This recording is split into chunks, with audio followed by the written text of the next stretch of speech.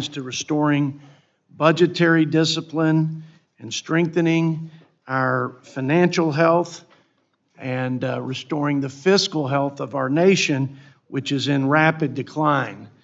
I'd like to welcome our panel of expert witnesses and friends, the Honorable David Walker, the 7th Comptroller General of the United States from 1998 to 2008, Mr.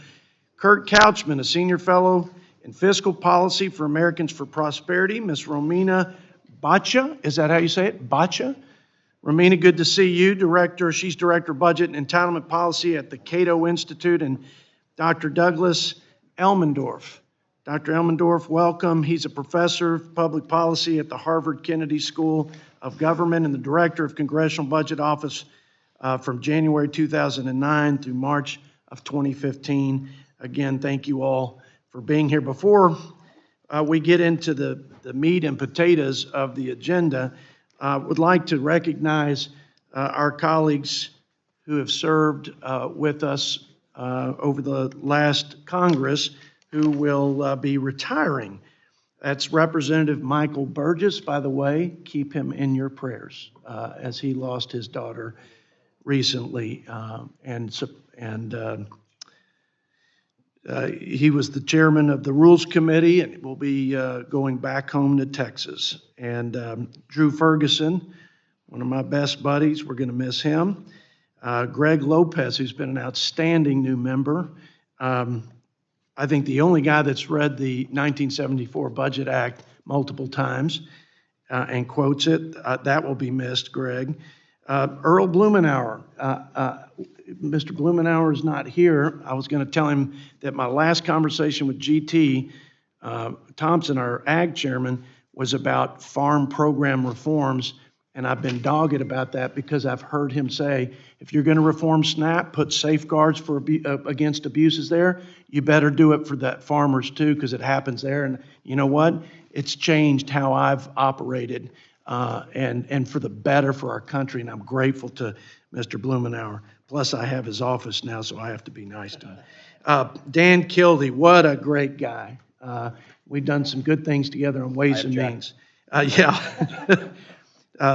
Miss Barbara Lee, got to travel to Africa with her. She's a wonderful member, will be missed. Jennifer Wexton, a profile encouraged, no doubt. And then Mr. David Trone, grateful for your service, each and every one of you, and we'll miss you a great deal. Let's give it up for our members who are.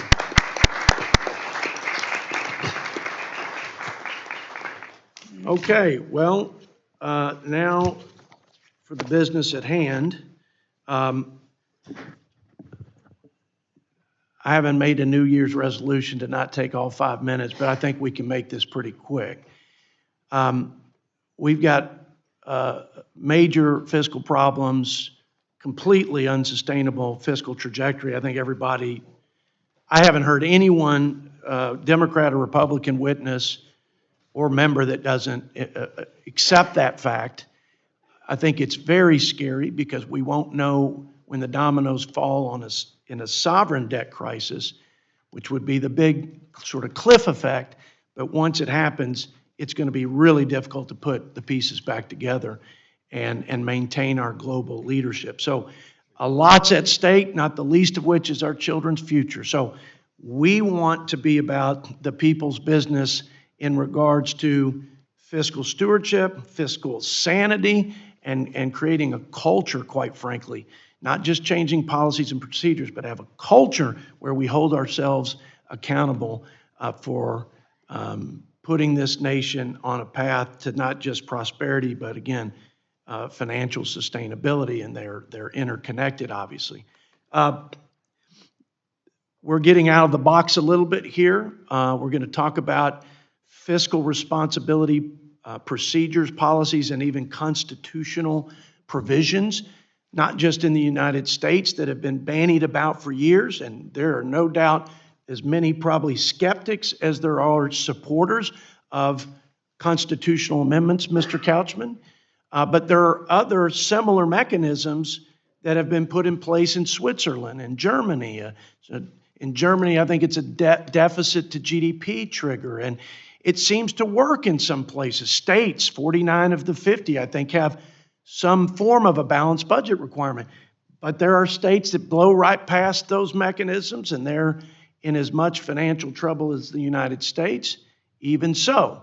And then there are some who operate responsibly. So I wrote this quote down that I think everybody's going to love. And it's as much about human nature as it is about our republic. In the question of power, and I believe that Thomas Jefferson is the one who said this, in the question of power, let no more be heard of the confidence of man, but bind him down from mischief by the chains of the Constitution. And I think that's our biggest challenge, quite frankly. It's the nature of man. It's our weak flesh on both sides to not do the tough things, but the necessary things to make sure that we act responsibly. Bless you. So can we tighten the chains? Can we strengthen the chains? Can we add some links to the chains that would bind the mischief of the human nature that is manifested and expressed, at least in this regards, in irresponsible, not so courageous, and very inconsiderate, by the way, of our children's future behavior? I think this is a moral imperative to right this ship before it sinks and not just takes down America's influence and leadership, but again, robs our children of their freedom, their opportunities, and a future prosperity in the United States of America, the greatest country in human history. That's why this is an A committee. And when I ran for chair again, I said that, ranking member, you're awfully close to this gavel, so I know you feel the same. But this is an A committee. We deal with A problems, and we're going to have an epic A-like catastrophe if we don't work together to solve them. So thanks for being here. Those are my comments. And now the ranking member, I yield 5 minutes for you. Well, thank you, Mr. Chairman, for convening this hearing today. I also want to extend a warm welcome to our witnesses, and I appreciate you taking the time to be here with us.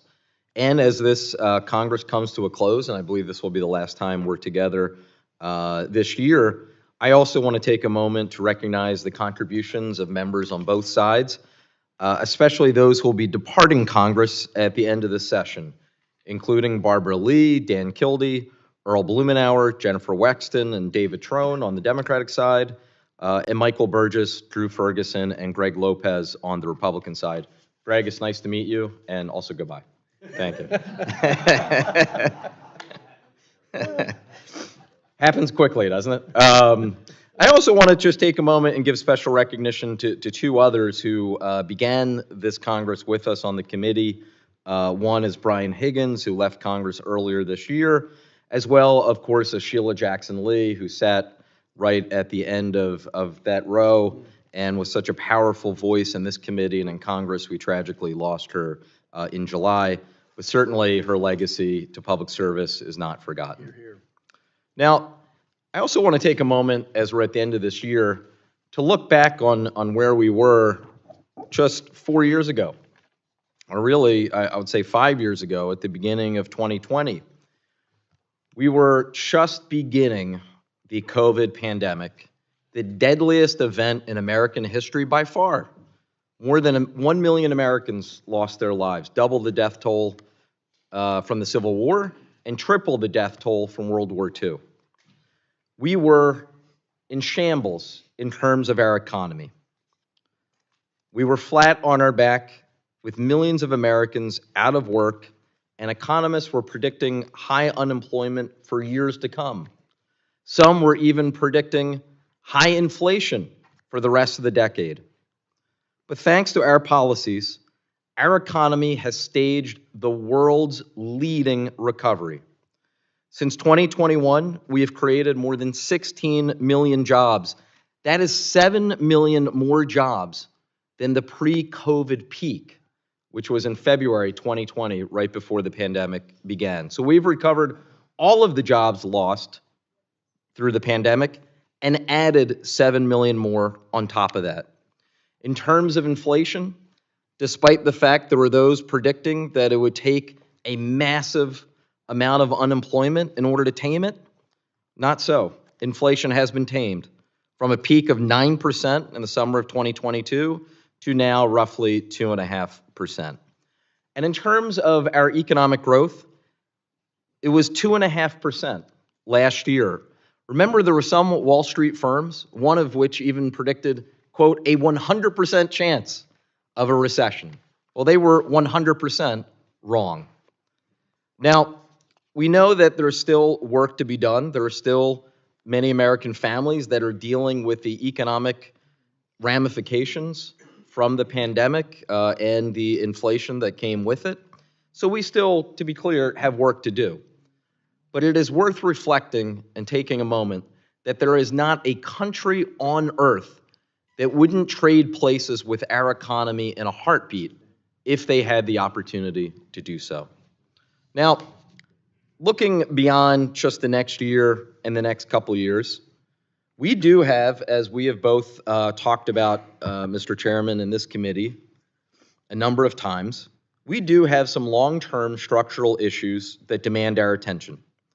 An aging population is increasing costs for programs like Social Security and Medicare, programs millions of Americans depend on for a dignified retirement. Widespread income inequality is leaving our economy more vulnerable to downturns and economic shocks. And this is where we will disagree, I think, 2 decades of Republican tax cuts have exploded our national debt.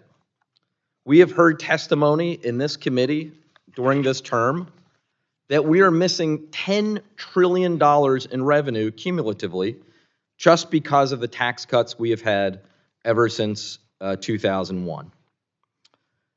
I don't think the response to those long-term structural issues and our rising national debt is to compound those issues with a new $4.6 trillion in debt because of extending the tax cuts in the TCJA for another decade.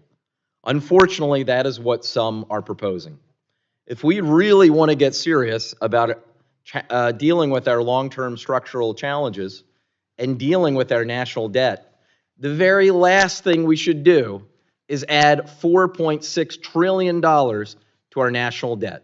And that's not my figure. That is exactly the CBO estimate on what the extension of the TCJA tax cuts would cost. So I look forward to this hearing. I see I'm already half a minute over my time. So I'll just conclude with this.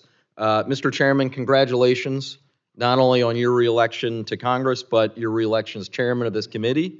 It has truly been a pleasure the last 2 years working with you, my friend, and I look forward to getting to do so again for another 2 years. With that, I yield back. Thank you to the ranking member. Feelings are mutual. By the way, for everybody, 17 bills passed out of this committee, 11 bipartisans, never happened before here. And one of them became law, your bill. Grateful to everybody's hard work. Now let's introduce, let me say that in the interest of time, any member that has an opening statement can submit it for the record, and we'll hold the record open at the end of the day to accommodate those members who may not have yet prepared a statement. Again, thank you, witnesses, for being here, for your time and insight. We're going to start with Mr. Walker. We yield 5 minutes to you, sir, for an opening statement. Thank you, Chairman Arrington, Ranking Member Boyle, members of the House Budget Committee. Appreciate the opportunity to testify. I would like for my entire statement to be included in the record. So ordered. To summarize. Thank you. Now that the elections are over, we need to focus on how to put our nation's finances in order to avoid a domestic and global debt crisis. As I've said for many years, the federal government has grown too big, promised too much, subsidized too many, undercut states' rights, and lost control of the budget. Shockingly, despite existing for almost 250 years, the federal government still does not have a comprehensive, integrated, and outcome-based strategic plan, despite a legislative mandate to have one. The related plans should be designed to produce specific outcome-based results consistent with the role and responsibilities assigned to the federal government under the Constitution. It should also focus on providing real value to the American people for the money it spends and the other activities it engages in. Adopting these elements is essential if we want our future to be better than our past. Every major federal fiscal and monetary agency has stated for years that we're on an imprudent and unsustainable fiscal path, which was reinforced last week by Fed Chairman Powell. Failure to change course, restructure our nation's finances, and transform the federal government's operations will have serious adverse economic security, national security, diplomatic, and domestic tranquility consequences over time. I trust that everybody on this committee understands the seriousness and importance of this issue. Therefore, I'll focus on what I think needs to be done to address it. First, Congress needs to pass the fiscal 2025 appropriations bills. In doing so, spending should be reduced from the bloated levels of 2024 in several areas, and I give several examples in my testimony. Second, President-elect Trump recently announced the creation of the Department of Government Efficiency, DOGE initiative. Based on information disclosed to date, it looks like it will be expanded and expedited external Grace Commission led by Elon Musk and Vivek Ramaswamy with a reporting date of July 4, 2026. It is likely to focus on ways to right-size, reorganize, and modernize the federal government to improve its economy, efficiency, and effectiveness. Examples could include eliminating, consolidating, and devolving selected organizations, facilities, functions, while leveraging technology, improving internal controls, reforming human capital and acquisition practices, and adopting major management principles, along with strengthening work requirements. It should also explore deregulation efforts and additional reorganization and empowerment authority with appropriate congressional control. The DOGE effort is clearly needed, and if properly designed and effectively implemented, could save several $100 billion a year, but nowhere close to $2 trillion a year. It should consider the work of the GAO and the Inspector Generals and coordinate its efforts with OMB. It should also seek input from experienced outside experts in government transformation and relevant congressional committees, including this committee. Importantly, additional steps beyond the DOGE will be needed in order to restore fiscal sanity and sustainability. There is no way that Congress can pass the much-needed and long-overdue spending and tax reforms in a piecemeal fashion and in a timely manner and avoid the debt crisis. Therefore, we need to create a statutory fiscal sustainability commission that will meaningfully engage the American people, solicit input across the board: revenues, social insurance, defense and other spending, et cetera. Everything needs to be on the table. Everything is not equal. That needs to be done. This committee passed out a bipartisan bill in the spring, the Fiscal Commission Act of 2023. That needs to be moved. It needs some modifications. I include that in my testimony. Regarding fiscal sustainability, I've been to 47 states plus DC plus 2 territories doing citizen education engagement. They understand the need for reform. They're willing to support reform as long as it's based on a goal-based plan consistent with principles and values that bring people together rather than divide them apart. They believe that debt to GDP is the right thing to focus on. They believe that the problem is primarily a spending problem, but not exclusively. They support reforms weighted more towards spending reductions and revenue increases, but they recognize that both will be necessary because the hole's too deep. We've waited too long. Last, HCR 24, which the chairman introduced. The Congress has been delinquent since 1979 in calling a convention of states to propose a fiscal responsibility amendment, despite an express, enumerated, non-discretionary ministerial responsibility under Article 5 of the Constitution. Mr. Chairman, I'd like to insert several things into the record that provide support for this. I'd also like to acknowledge Bruce Lee, who's here, who's the Executive Director of the Phoenix Correspondence Commission. The states are working together to hold a convention of states to propose a fiscal responsibility amendment because the Congress has failed to act, and they're prepared to do it. In summary, thank you, Mr. Chairman, for the opportunity to testify. I look forward to answering any questions you may have. But let me just say, we're at a critical crossroads. The future of our country and our families is at stake. And as the chairman said, what is going on now with regard to fiscal policy is irresponsible, unethical, immoral, and must stop. Thank you. As we say in West Texas, amen. Mr. Lee, thank you for your leadership. Ms. Boccia, 5 minutes for your opening remarks. Chairman Arrington, Ranking Member Boyle, and distinguished members of the committee, thank you for the opportunity to testify today. The fiscal health of the United States is at a critical juncture. I agree with my colleague on this. Rising debt and persistent deficits threaten to undermine our economic prosperity, national security, and the opportunities enjoyed by working Americans and their families. Without significant reforms, we risk a severe fiscal crisis that could diminish America's economic leadership and undermine our national security. There is still hope. History demonstrates that with the right institutional reforms, which we're here to talk about today, even the most challenging fiscal situations can be overcome. The US debt, now at about 100% of GDP, with annual deficits above 6% of GDP, is primarily driven by irresponsible emergency spending, unsustainable entitlement spending, including ever-increasing benefit levels for Social Security and Medicare beneficiaries that outpace inflation, and the rising cost of interest on our debt. As the debt grows, interest rates are getting pushed up. Interest payments now exceed what the government spends on defense. This constrains the government's ability to respond to the next major emergency or economic crisis. To address this spending-driven debt crisis, institutional reforms like a balanced budget amendment could serve as a critical commitment device to guide fiscal policy. A well-designed debt brake or balanced budget amendment would require Congress to balance revenues and expenditures over the business cycle. This would allow for flexibility during recessions or emergencies while ensuring long-term fiscal stability. Fiscal rules can succeed when they are sufficiently firm, necessarily flexible, and broadly supported. Switzerland's constitutional debt brake, for example, balances their budget based on economic conditions using spending caps. Any deviations from those spending caps are recorded in a compensation account, which then mandates future corrections.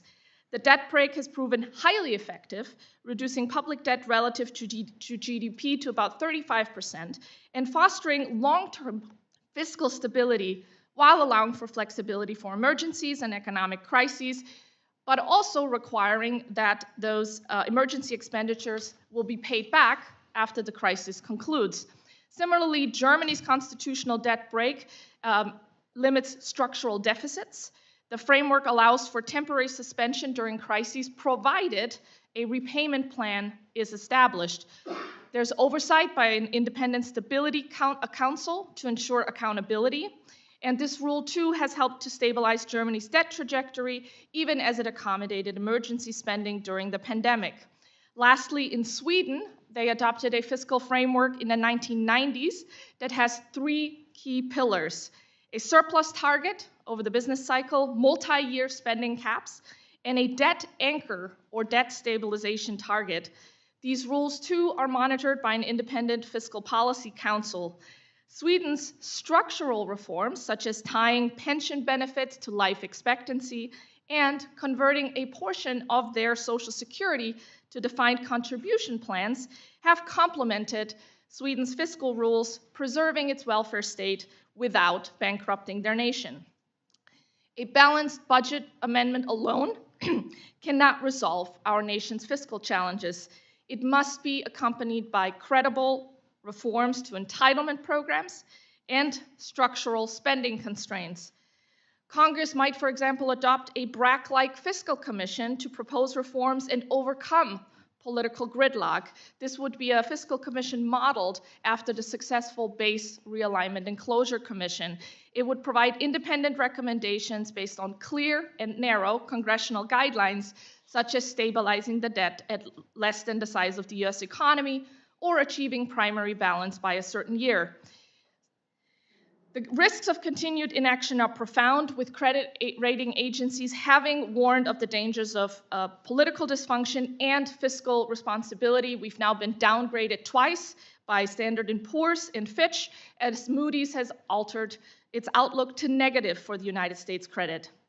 Worse, due to the unique nature of the US dollar as the world's preeminent reserve currency, bondholders may not be sending us early warning signals. In other words, we may be missing a canary in this coal mine, and we shouldn't find out where the fiscal cliff is by going over it, because as Reinhardt and Rogoff have noted in their book, This Time is Different, debt crises most often arise not from gradual decline, but from sudden collapse in investor confidence.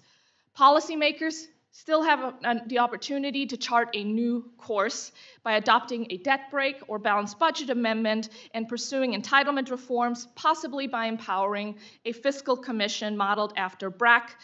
International models like Germany, Switzerland, and Sweden show the way, but decisive action is needed now, here in the United States, to safeguard our republic. Thank you, and I look forward to your questions.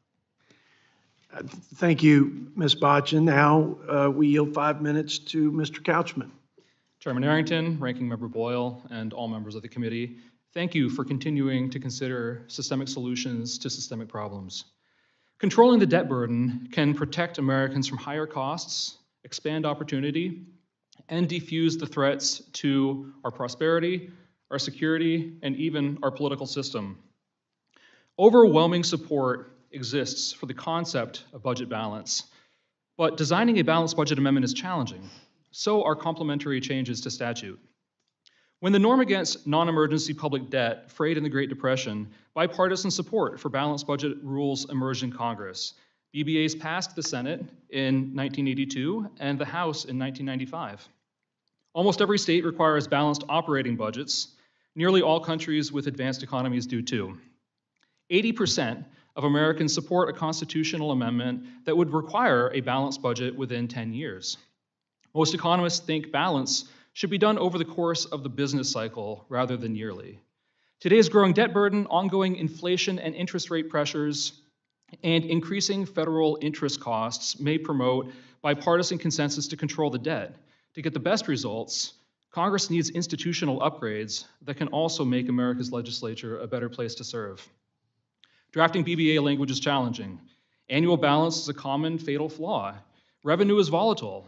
Tightly binding spending to revenue would drive policy instability, as Figure 1 in my written testimony shows. Fortunately, annual balance isn't necessary.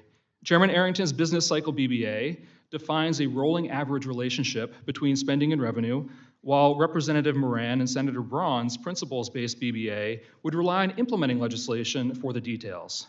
Either would allow a smooth, predictable path for non-emergency budgets. Representative McClintock's debt limit amendment might as well, depending on definitions and reserve funds. Some BBAs exclude payment of debt from spending, so Congress could target full or primary balance. There's a big difference. Other BBAs require full balance, which implies much more deficit reduction.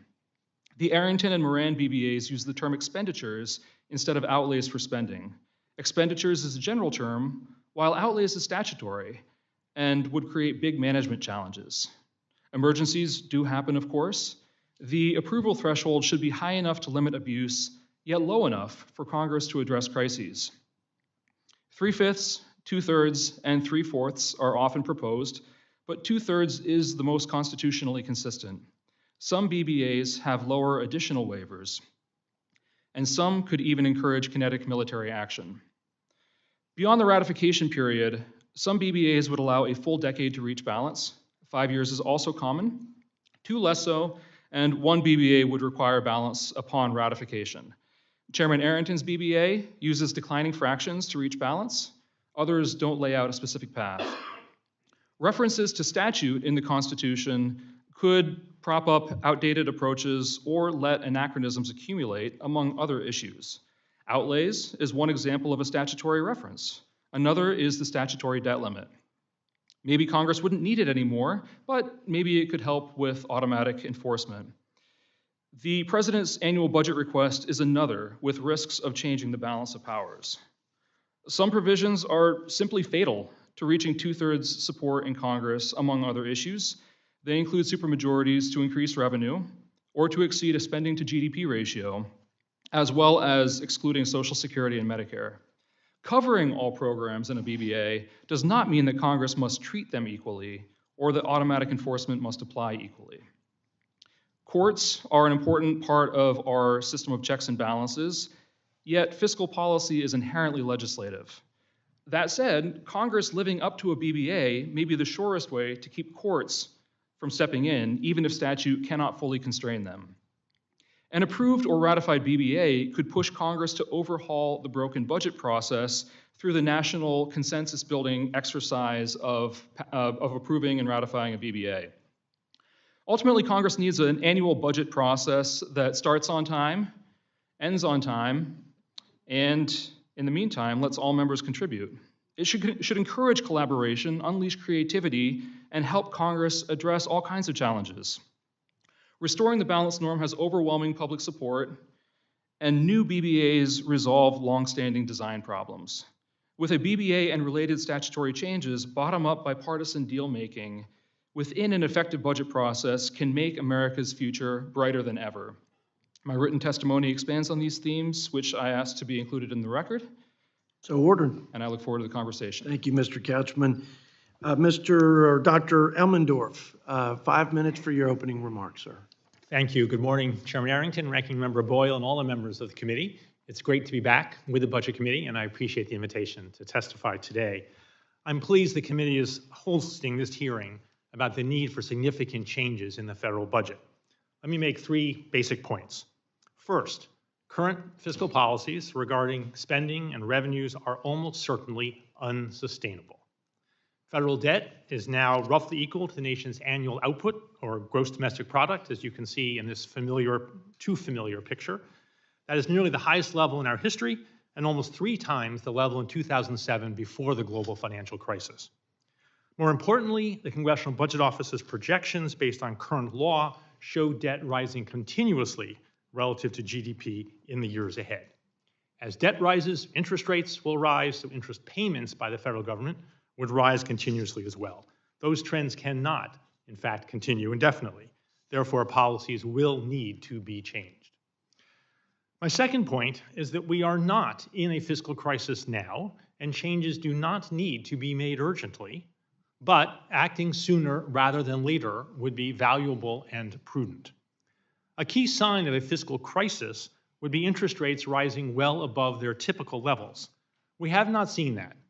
As this picture shows, even with the increase in interest rates over the past few years, the yield on the 10-year Treasury note, a benchmark for this kind of analysis, remains lower now than almost any time between 1990 and 2007.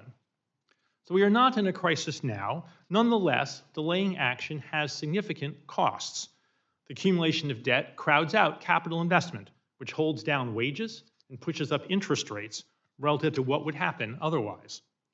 The accumulation of debt also limits the government's ability to borrow when truly needed to respond to problems in the future.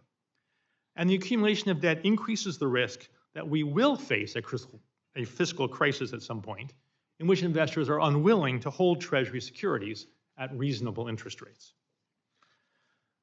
My third point is that putting fiscal policy on a sustainable path should include both tax increases and spending reductions. Stabilizing the ratio of debt to GDP at its current level over the next 30 years would require policy changes totaling a little more than 2% of GDP, which amounts to about $600 billion per year today. If all the expiring provisions of the 2017 tax cut were extended with no pay-fors, the fiscal hole would be that much deeper. So cutting spending that much would require large cuts to popular and important government programs, and raising taxes that much would require large tax increases for many people. So the only realistic way forward is through a combination of those changes. Recall, as shown in this picture, that nearly half of all federal spending goes to Social Security, Medicare, and interest payments on the debt. Few members of Congress have called for cutting spending in those areas.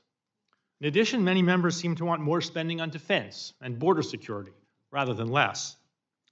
Some have proposed cutting Medicaid, but I hope they and you realize that Medicaid covers almost half of all nursing home bills in this country, and that Medicaid benefits for children not only help those kids now, but also boost their earnings and tax payments when they grow up. Cutting federal spending on infrastructure and research would hinder economic progress. Cutting benefits for lower and middle-income Americans would hurt those who have been struggling the most in the economy. I'm not arguing that spending cannot be cut. I'm simply reminding us that cutting spending efficiently and fairly is difficult.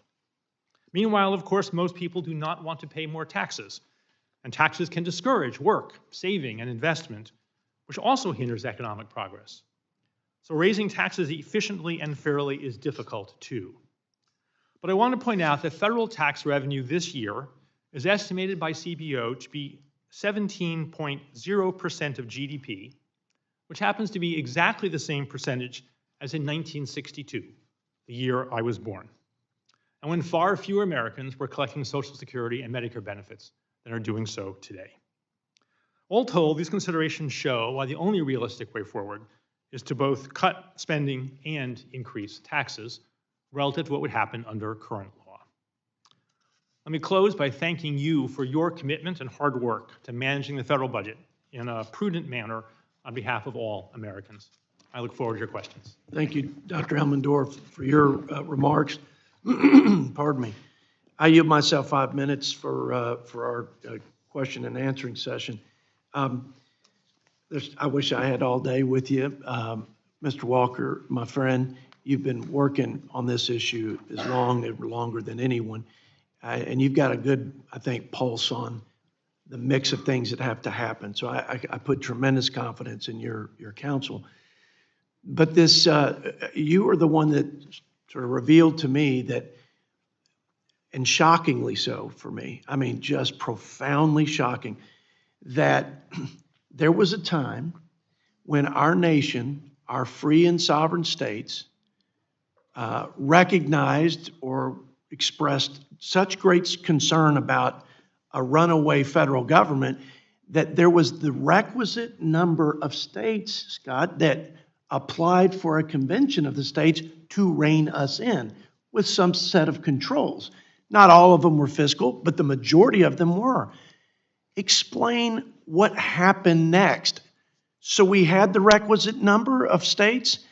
What's supposed to happen that didn't happen, and what do we need to do to make sure that that grievous error never happens again?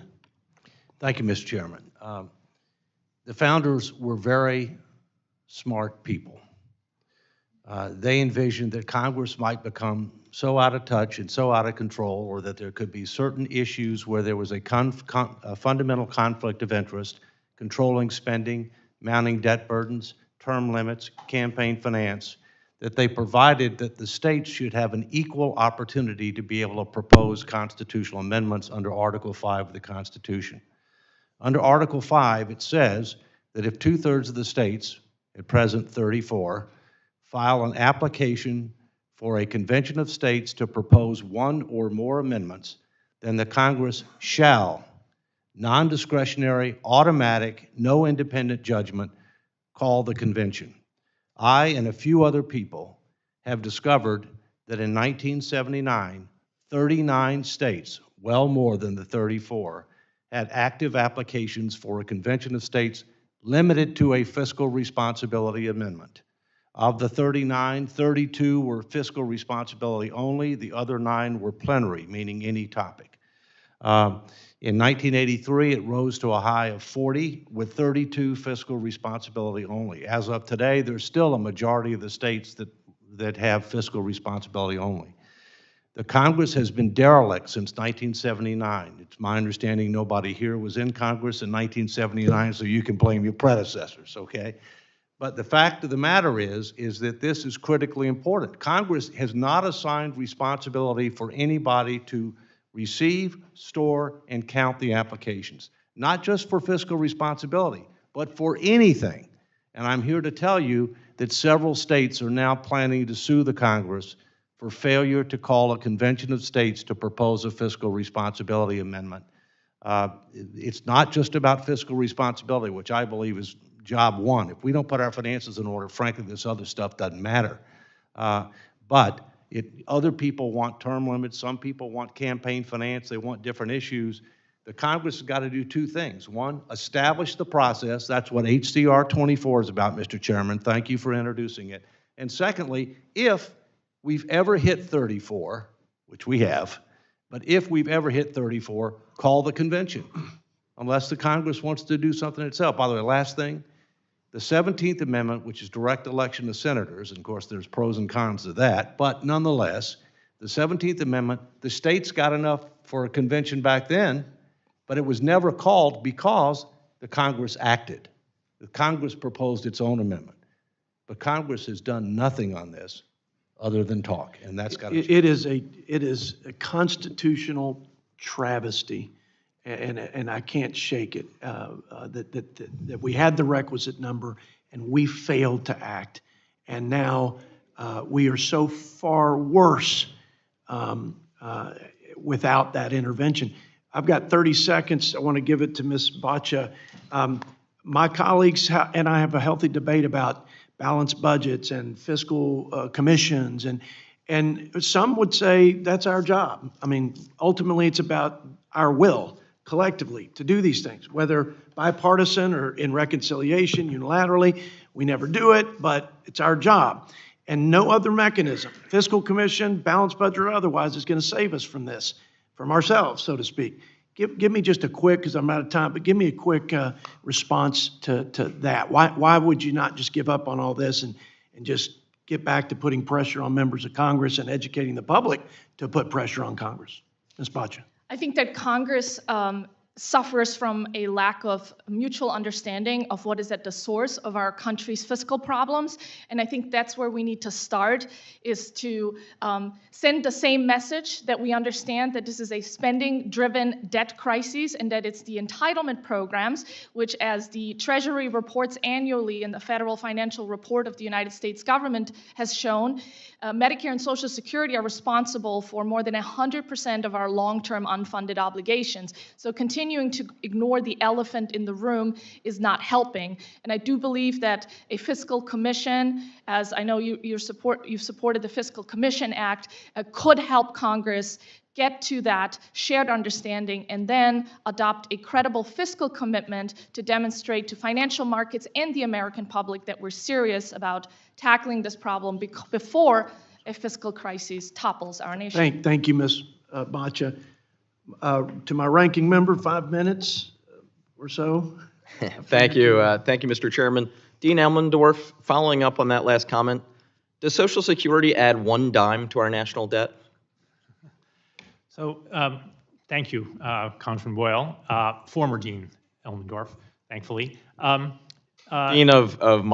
dean of my alma mater, the Kennedy School, and former CBO director. So I think you have a great perspective to answer that question.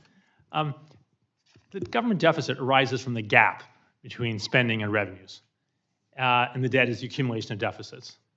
And so saying that debt is the fault of either revenues or spending alone isn't right. It's the gap that matters.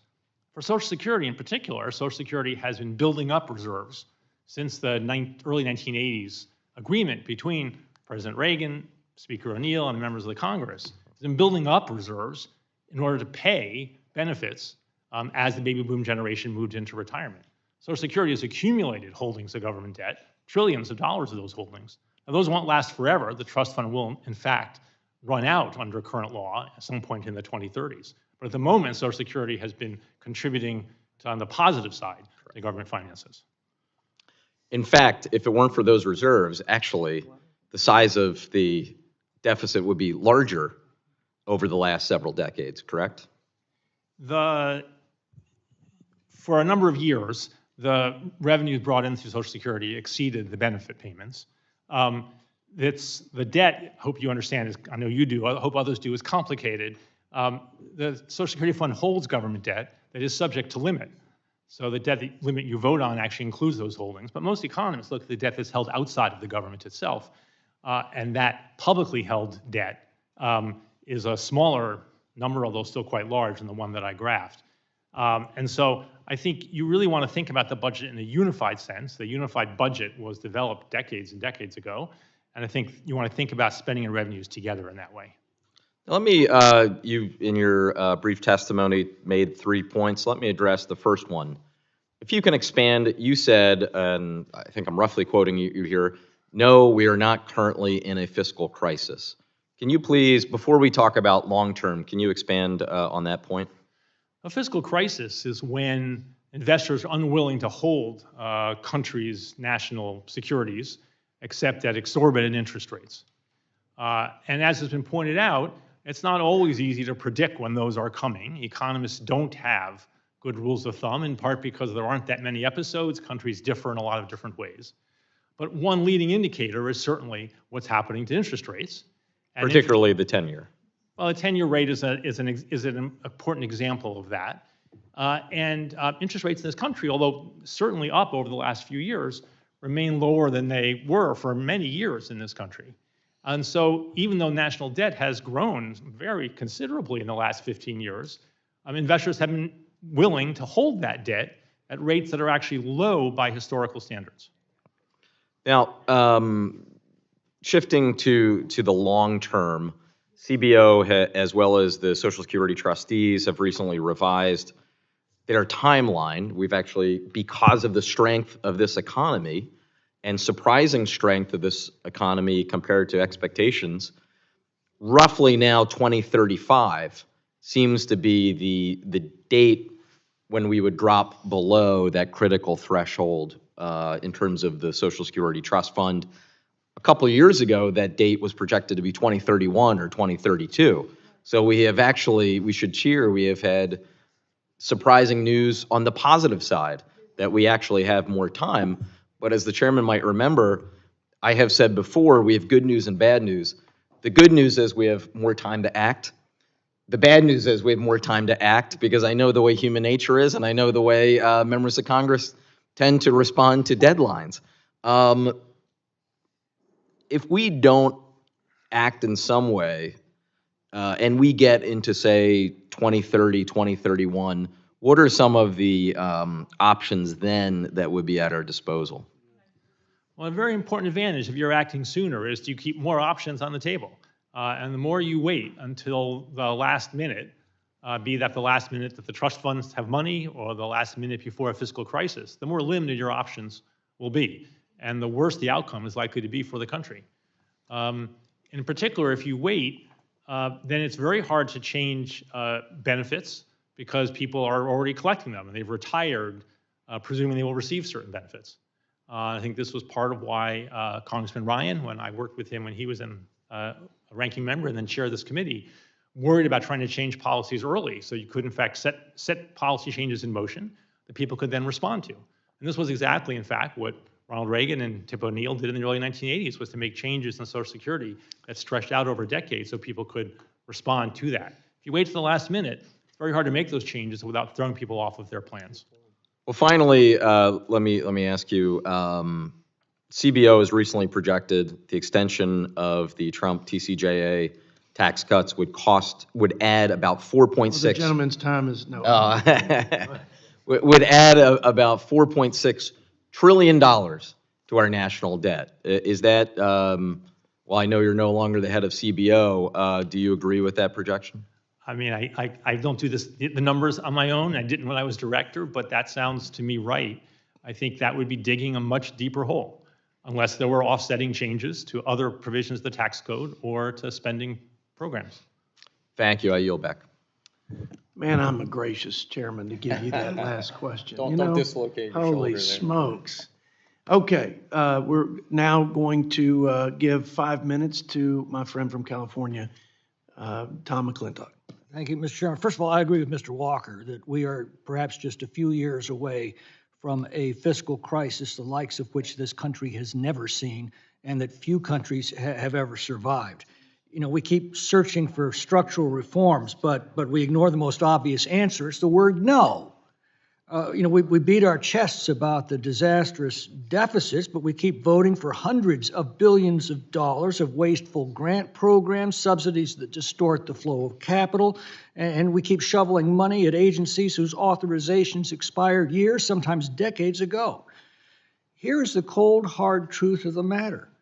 The federal government cannot raise or spend a single dollar unless the House of Representatives says that it can. That is our responsibility. It can't be doged and it can't be dodged. What I find supremely frustrating is that we have right now the ideal tools within our possession to bring our spending in line with our revenues, the budget resolution and the accompanying Reconciliation Act. Now, the Republican majority under Newt Gingrich used reconciliation by the book, and the result was 4 balanced budgets in a row that produced one of the greatest waves of prosperity our nation's ever seen. The Republican majority under Paul Ryan, on the other hand, squandered this authority to chase shiny political objects, repealing Obamacare, then tax reform. And because of the fiscal constraints of reconciliation, Obamacare ended up in this mangled mess that collapsed in the Senate, and the tax cuts had to be made temporary. And we seem to be poised to repeat the same mistakes that got us here, and that would be an immense national tragedy. Instead, we busy ourselves proposing long-term structural reforms. Well, this is akin to an emergency room physician treating a heart attack victim by lecturing him on the virtues of a long-term diet and exercise program. That's only going to matter once you've stopped the heart attack. I believe in a balanced budget amendment. I believe in an amendment giving the president line item veto authority. But I doubt that they can come in time to save our country from insolvency. We can and must do that this year. That means adopting a real budget that sets the lowest spending limits that we can muster and a real reconciliation act to implement those reductions. This budget committee is at the very heart of that process, and it had better rise to the occasion. Ms. Boccia, first, my thanks for your daily newsletters, one of the best that I see every day. Please keep it up. The ranking member noted the catastrophic scourge of COVID on the world. He neglected to mention $3.7 million in NIH grants that funded the Wuhan Institute of Virology, the most likely origin of COVID. And that was just a fraction of the hundreds of billions of dollars of grants that go out to every NGO under the sun every year that are rarely held accountable, or grants that rob one community to pay for local projects in another. It seems to me this committee ought to be looking at every one of these ludicrous expenditures. What's your view? Thank you very much for being a loyal reader of the Debt Dispatch. Yes, I think we need to look under the hood of the federal budget and the numerous programs, thousands, in fact, of programs that Congress continues to fund without taking a close look at them. As you mentioned, there are many expired or unauthorized programs that Congress should review, and we may find there's a tremendous amount of duplication, inefficiency, and waste that the federal government could cut. And I thank you for bringing to light particular examples of this, but I also need to highlight that just addressing the discretionary spending and those grant programs is not going to stabilize our spending trajectory or stabilize the debt, since it's primarily driven by healthcare costs, interest on the debt, and particularly entitlement spending. Phil Graham's pointed out that 72% of our unobligated general revenues are going to entitlement spending. Shouldn't we put a strict work requirement back in all of those entitlement programs for able-bodied adults? So work requirements can work for Medicaid, food stamps, and other means-tested benefits. They are a good idea, and it's something that Congress should absolutely take a look at in reconciliation next year to ensure that the tax cuts are offset. We need to do it, and we need to do it now. You mentioned all of the structural reforms and the unauthorized spending. Since 1836, the House rules prohibit any appropriation unless authorized by law. And yet we suspend that rule every year, and then we shovel $500 billion at these agencies whose authorizations expired years ago. Shouldn't we enforce that rule, that existing rule, and require an agency-by-agency review of these expired federal programs? Yes. Congress has suspended too many good rules, such as the pay-go rule, which I fear they may suspend again next year. I hope I'm wrong about this. As also, they have suspended the debt limit, which will return with a vengeance in January of 2025.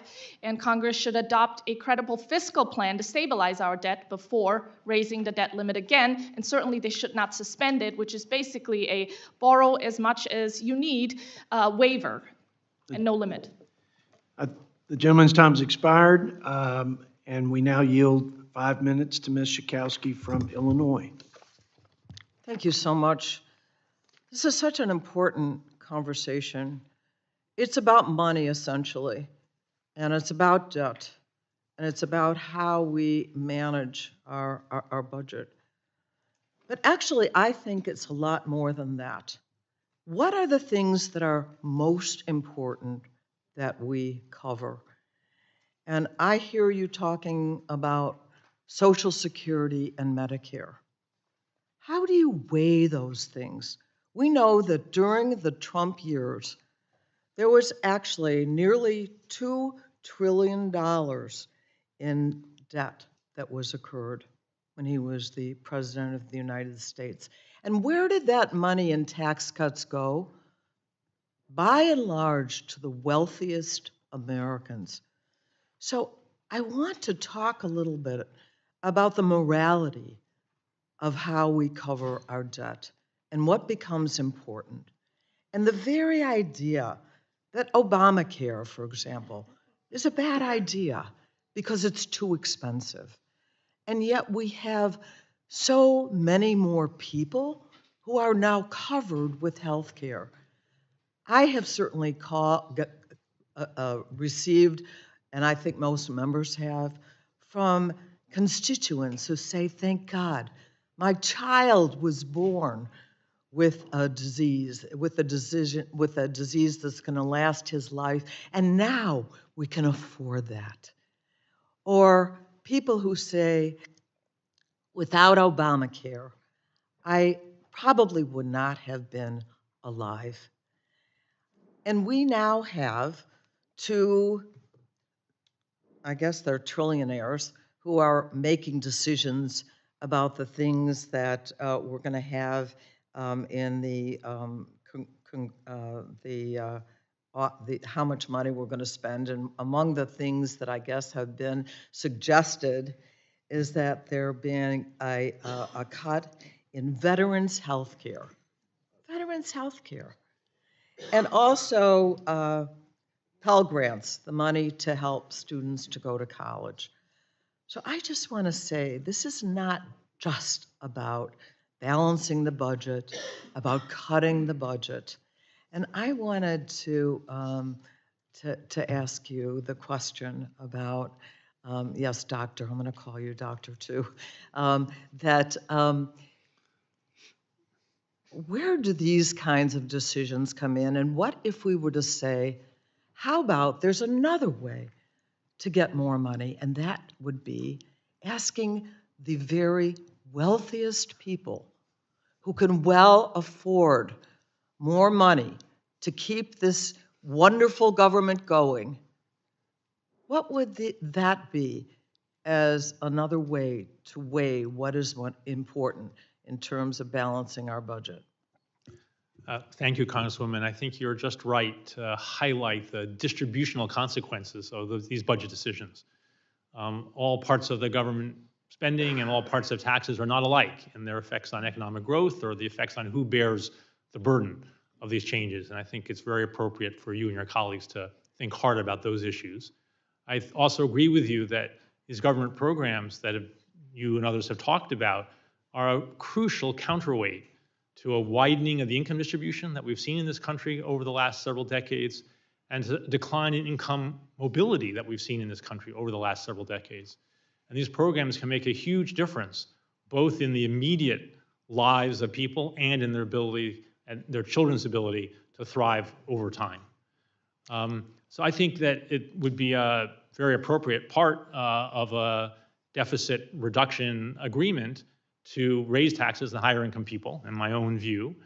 But I do want to echo something that Romina said a few minutes ago about something being good but not sufficient. And if you look at the budget options that CBO presents, it includes options that involve raising taxes on higher income people. And you can raise a good deal of money that way by any normal human standard, but nonetheless, that was much less than you would need in the total to put debt on a sustainable path. So my own values have me agreeing, my own assessment of the economic evidence about the effects of tax increases has me agreeing with you that raising taxes on higher income people would and should be part of a deficit reduction agreement. But I want to caution that other changes will be needed in taxes or spending as well. Well, in the second I have, let me just say to my Republican colleagues who think Social Security and Medicare should be on the table, I want to say, make my day, because most Americans really oppose that idea. Thank you very much. I thank the gentlelady, and now yield 5 minutes to the gentleman from South Carolina, Mr. Norman. You know, I think you see where the difference lies. We just have two different worldviews. I think I heard the word, our wonderful government. I think the states created the federal government, not vice versa. I think the American people spoke loud and clear at this last election. You're not going to spend my tax dollars, this wonderful government, to fund free education for everybody. I think this last election showed that you're not going to open the gates to illegals to flood this country and basically end our sovereignty. We're a nation of borders. I think this election showed that the American people are fed up with regulations, with bureaucracy. It's the businesses that are the backbone. And I don't think my friends on the other aisle understand. You know, most businesses start out very small. Nike in a garage. Elon Musk started very small. Most businesses too that do and end up big. Is that not a good thing? And I don't know that they understand that corporations don't pay tax. The taxpayers pay the tax. So if there's one thing that we're trying to get a handle on, and I think it's a brilliant idea of President Trump on the DOGE Commission. You're taking two individuals who have been very successful, are not getting paid and are donating their time, and are going to examine this thing we call our great federal government.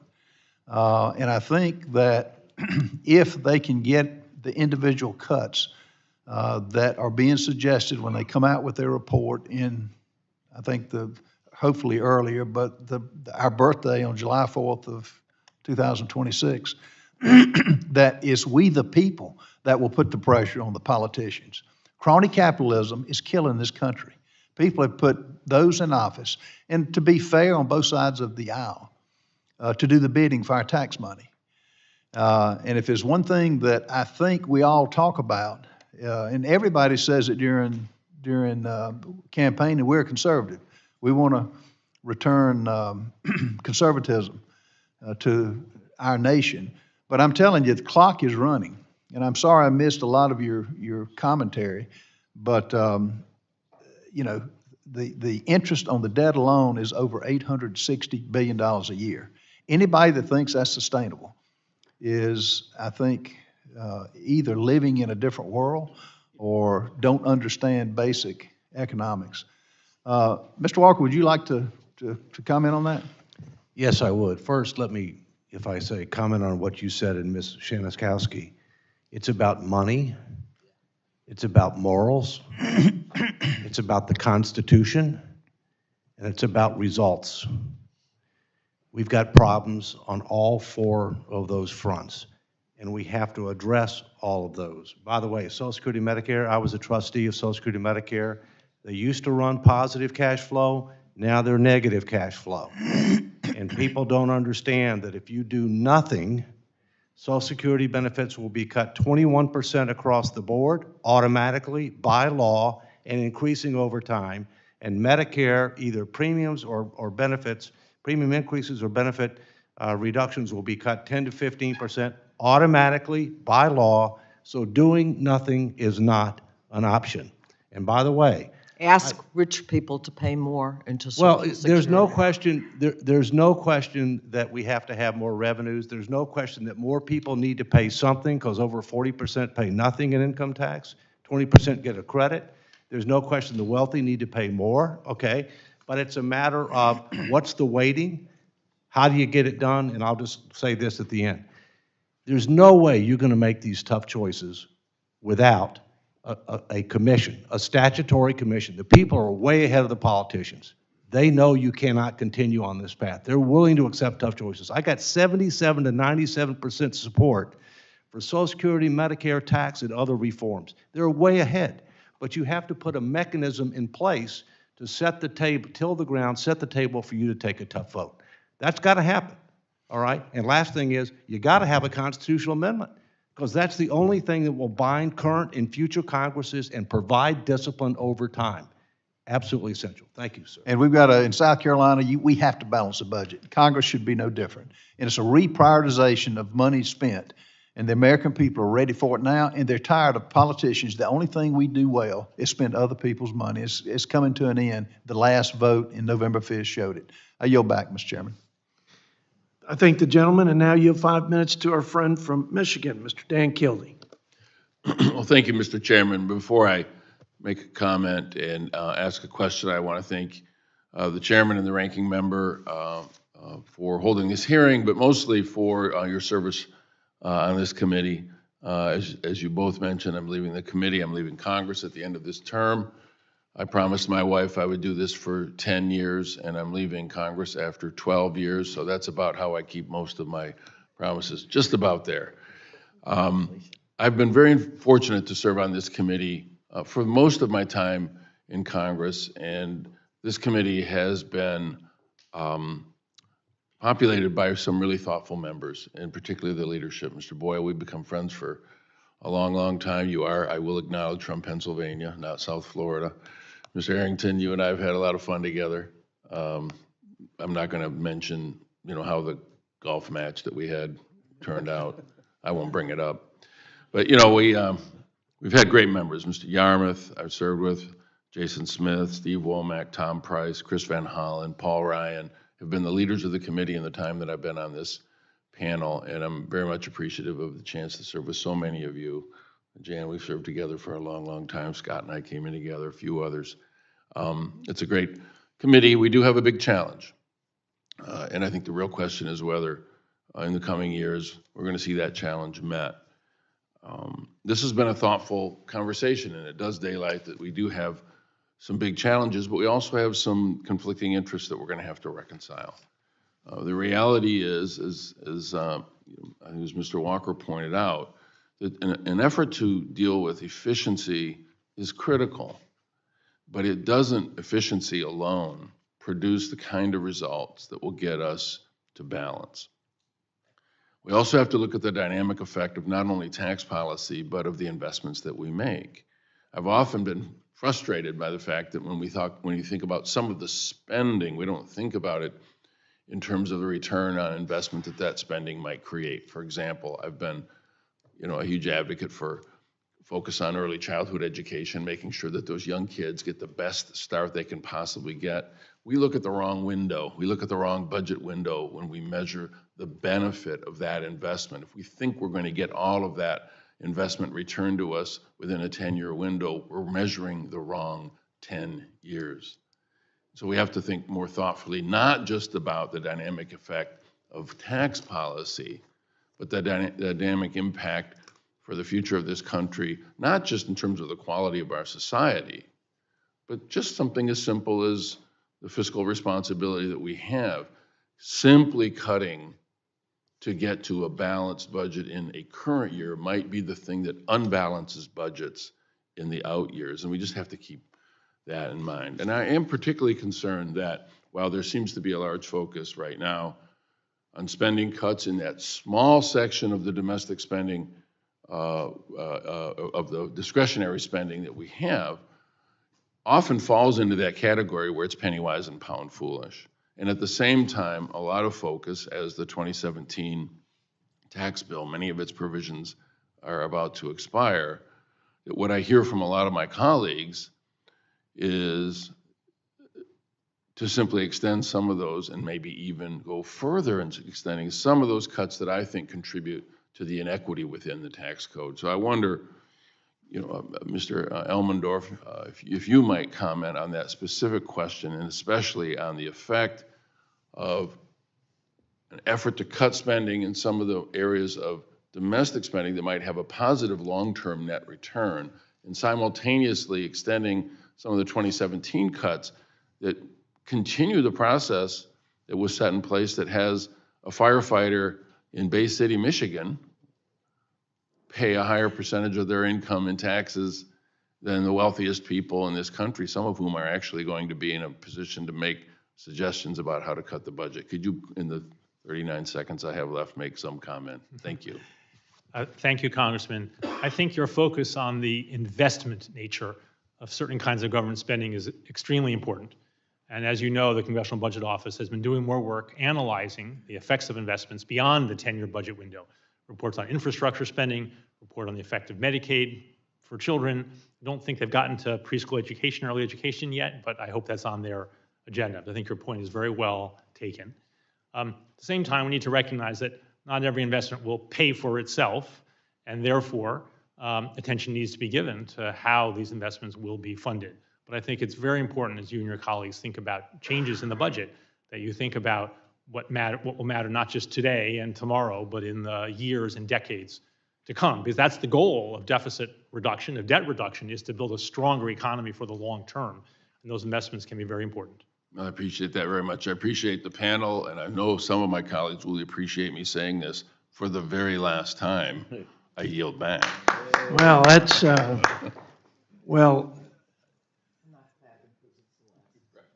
the distinguished gentleman and our friend from Michigan's time has expired, but his legacy hasn't. And your statesmanship will live on in the spirit of how we conduct our business on this committee. Dan, we'll miss you. Now to my friend from the Keystone State, Mr. Lloyd Smucker, for 5 minutes. Thank you, Mr. Chairman. The thing about a sovereign debt crisis is we don't know when that will occur. And you said that, Dr. Elmendorf, you believe we have a little more time, but you also believe that we have a limited time. We already saw a softening of the treasuries earlier this year, which was concerning. We weren't sure that individuals would be willing to continue to buy our treasuries. And of course, when that happens, we'll have a sovereign debt crisis. And to your point on the interest rate, yes, they're low, but we have a lot of short-term treasuries out there that are going to need to be refinanced in the next few years, and investors already are demanding more. So they almost certainly, no matter what we do, will continue to rise. We're already at $1 trillion in debt. We get higher, you begin to get into a cycle where it's going to be very, very hard to get out of it when we have an increasing percentage of our revenue or our expenditures just on interest alone. I do want to get back to Mr. Elmendorf, Dr. Elmendorf. I believe you said revenues today are 17% of GDP. That was true in '62 as well. And you're saying today that is with the current rates in place. Yes. So there's a lot of thoughtful discussion here on both sides of the aisle. I think we have a math problem. We should think of it as such rather than a political problem. And so we should all be working from the same set of facts. And I really appreciate some of the members on the other side of the aisle who see a problem here as well. I think we could solve it right here in this room. And we should. In fact, I'd much rather we did that on a bipartisan basis than continue to use a budget reconciliation tool, which both parties have used and which we're going to do again if we can't get this resolved otherwise. But I do want to talk, so the 17%, the historic average of revenue is occurring after the Tax Cuts and Jobs Act and with the Tax Cuts and Jobs Act rates in place. Agree? Yes. Okay. So at the same time that we did that, the Tax Cuts and Jobs Act, we saw a massive impact on average households across America. $6,000 increase in revenue, 6 million people lifted out of poverty, and we maintain revenues that are historic high. That's a success story. So just extending these rates would probably continue revenue at current 17%, which I think is a good target. What's spending percent of our total revenue today, Dr. Elmendorf?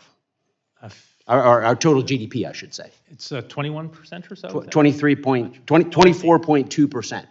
Oh, because 24.2%. that is coming down given the, It's not coming down. I was just saying, in the last few years, there's been a bulge in spending, as you know, and some of that is coming off as GDP is growing.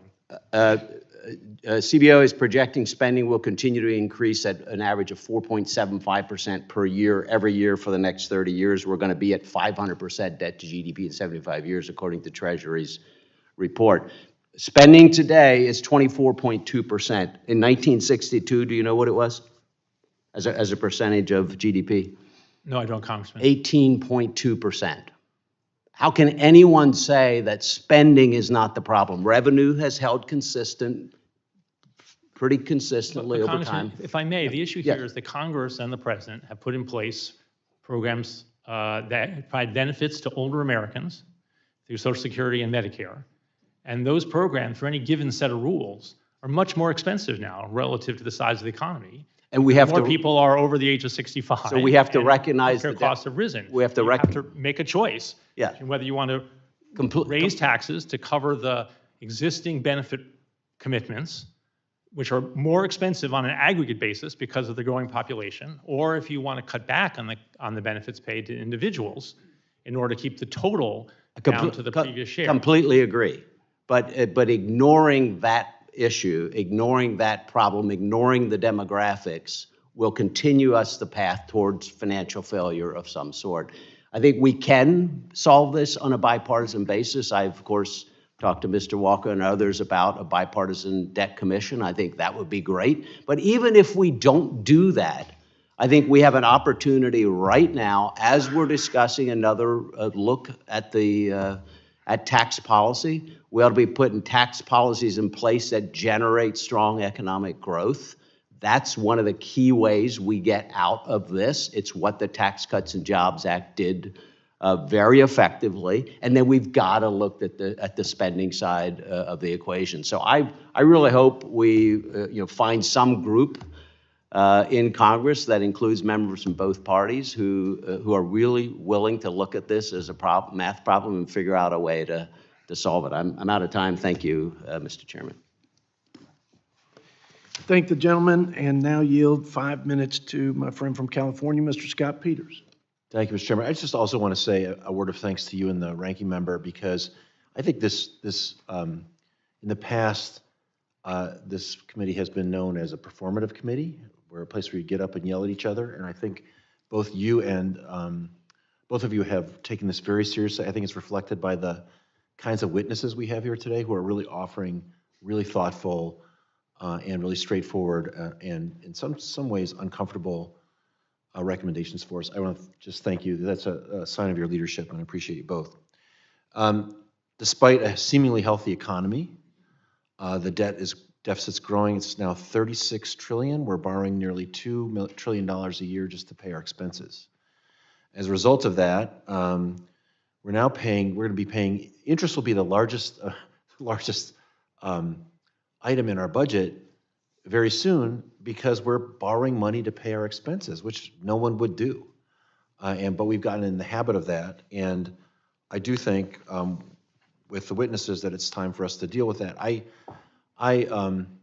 do want to say about Medicare and Social Security, it's not constructive to say, don't touch it. That's what I hear from people over here. This is a dying patient. This is a patient in the hospital bed. And if we don't touch it, it dies. So we have to do something about it. I'm inclined to agree with Ms. Schakowsky that we should raise revenues. I would say also, it doesn't seem to be something that we've done here. I've been here 12 years now, and it seems like we can't do that by ourselves as Democrats. There's not a consensus on how to do that. And we're going to have to work across the aisle to get this and the other issues that we've raised hammered out.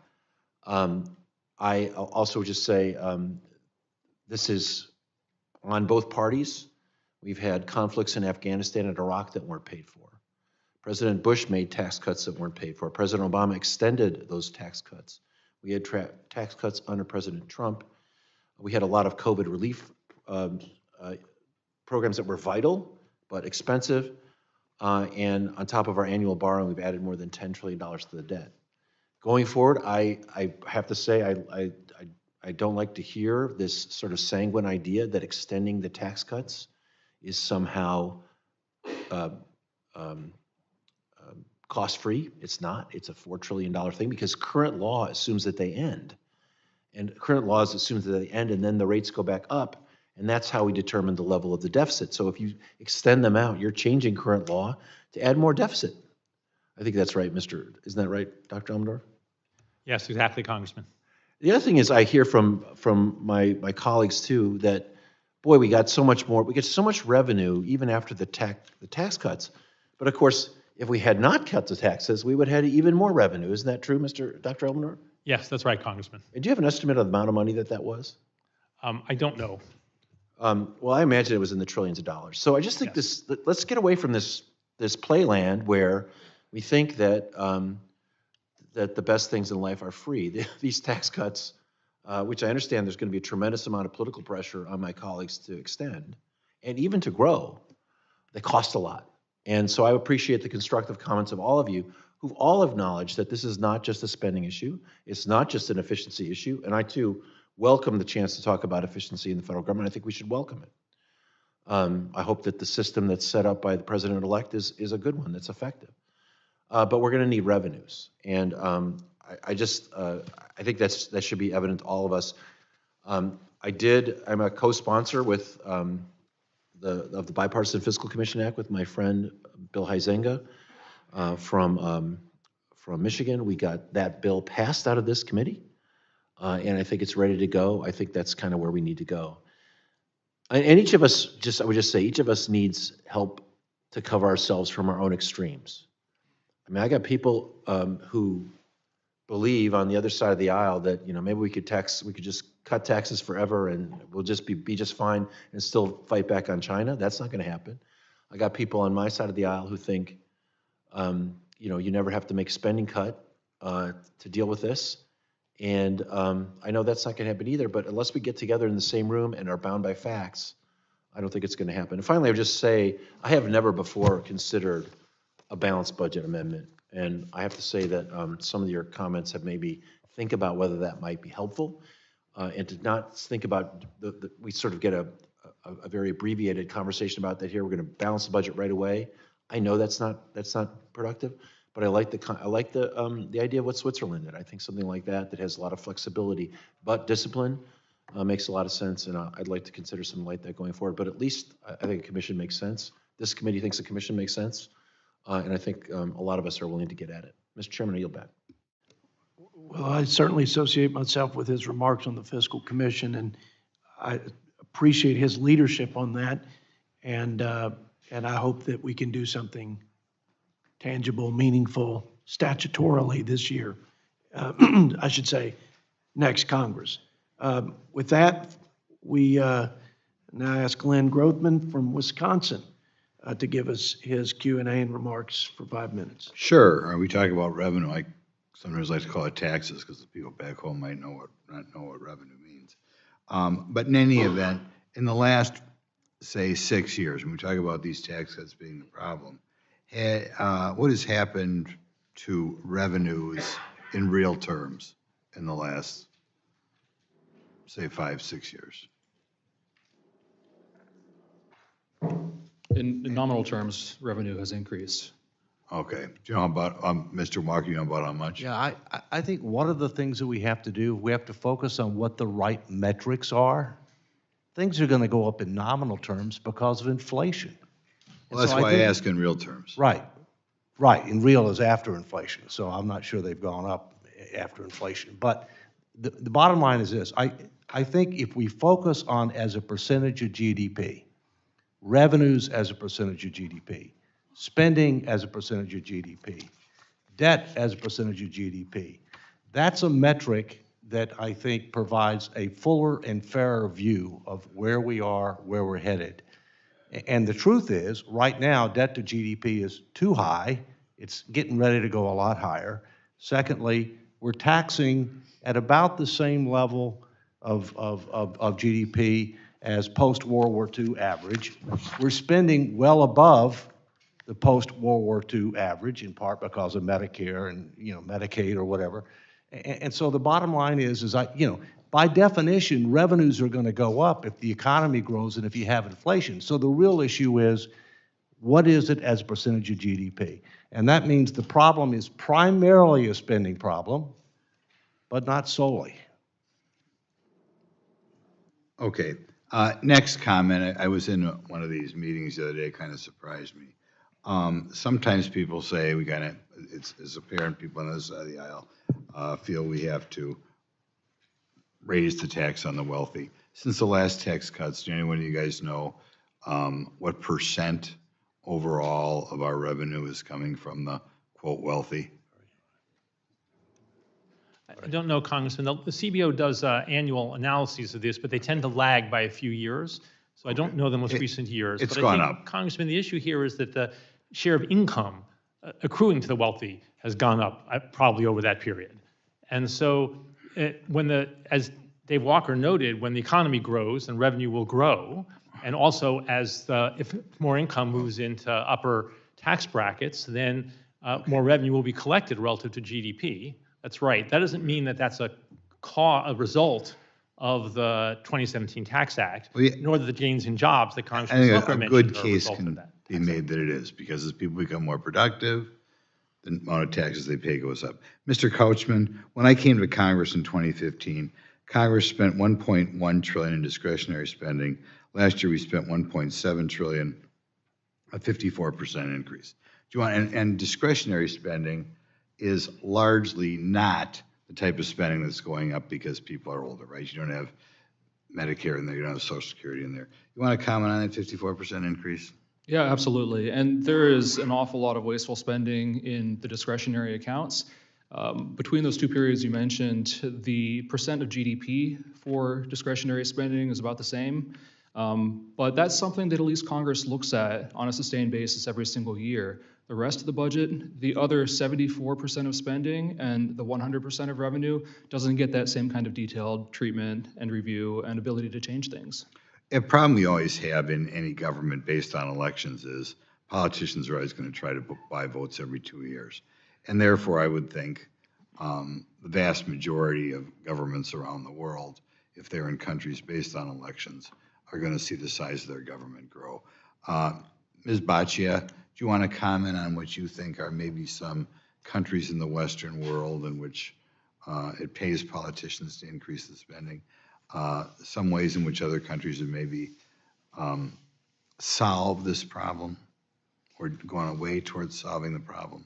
Yeah, and to your previous question, the top 10% of income earners pay about 70% of our income tax burden. So we already tax the wealthy very heavily. In fact, the United States has one of the most progressive tax systems in the world. The countries that I mentioned earlier in my testimony, Germany, Sweden, Switzerland, and really most of the European countries tax their middle-class taxpayers at much, much higher rates, often in the form of value-added or consumption taxes. And that's really what it would take for the United States to be able to get closer to covering its fiscal gap.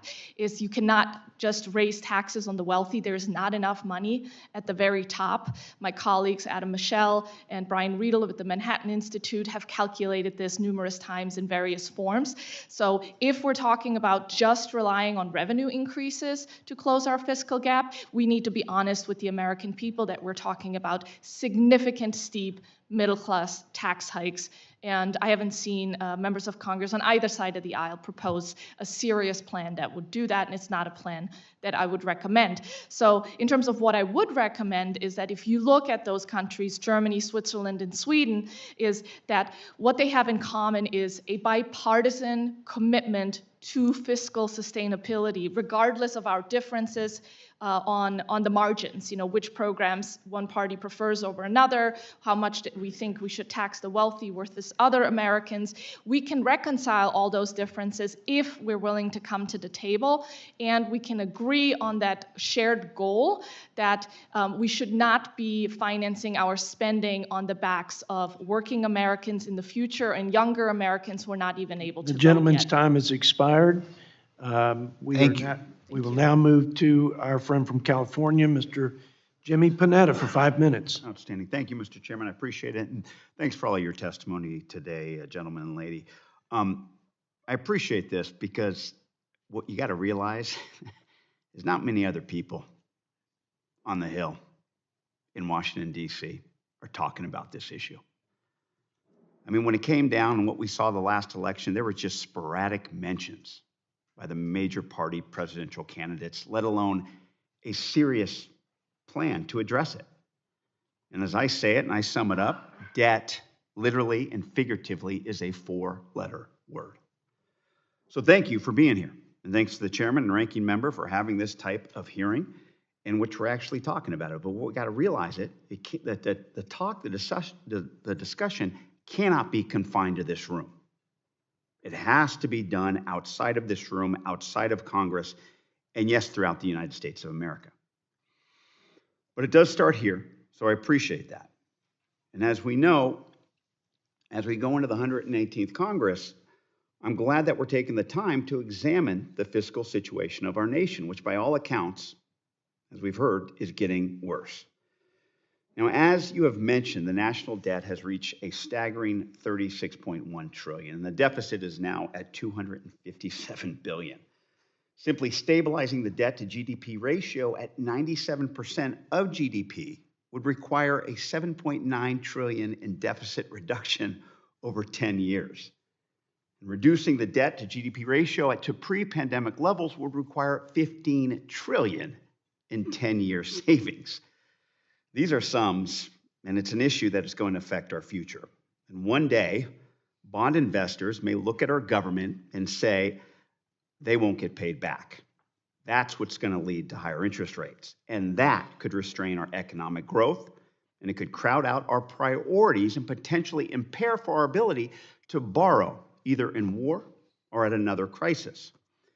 And beyond the downgrades to the U.S. credit rating and lackluster demand for Treasury debt at some auctions, 2 of 3 major credit ratings, as I said, companies downgraded the U.S. because of our dysfunctional politics.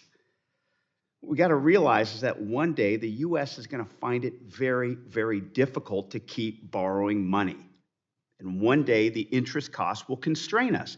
And guess what? That's when the money we have now to pay for these programs that we've talked about, that I agree with, as a proud Democrat, that's when we're no longer going to have the money to pay for those programs if we don't do anything now. That's why tackling the issue requires both parties to seriously consider trade-offs to address revenues and spending. And make no mistake, both parties share responsibility for this problem.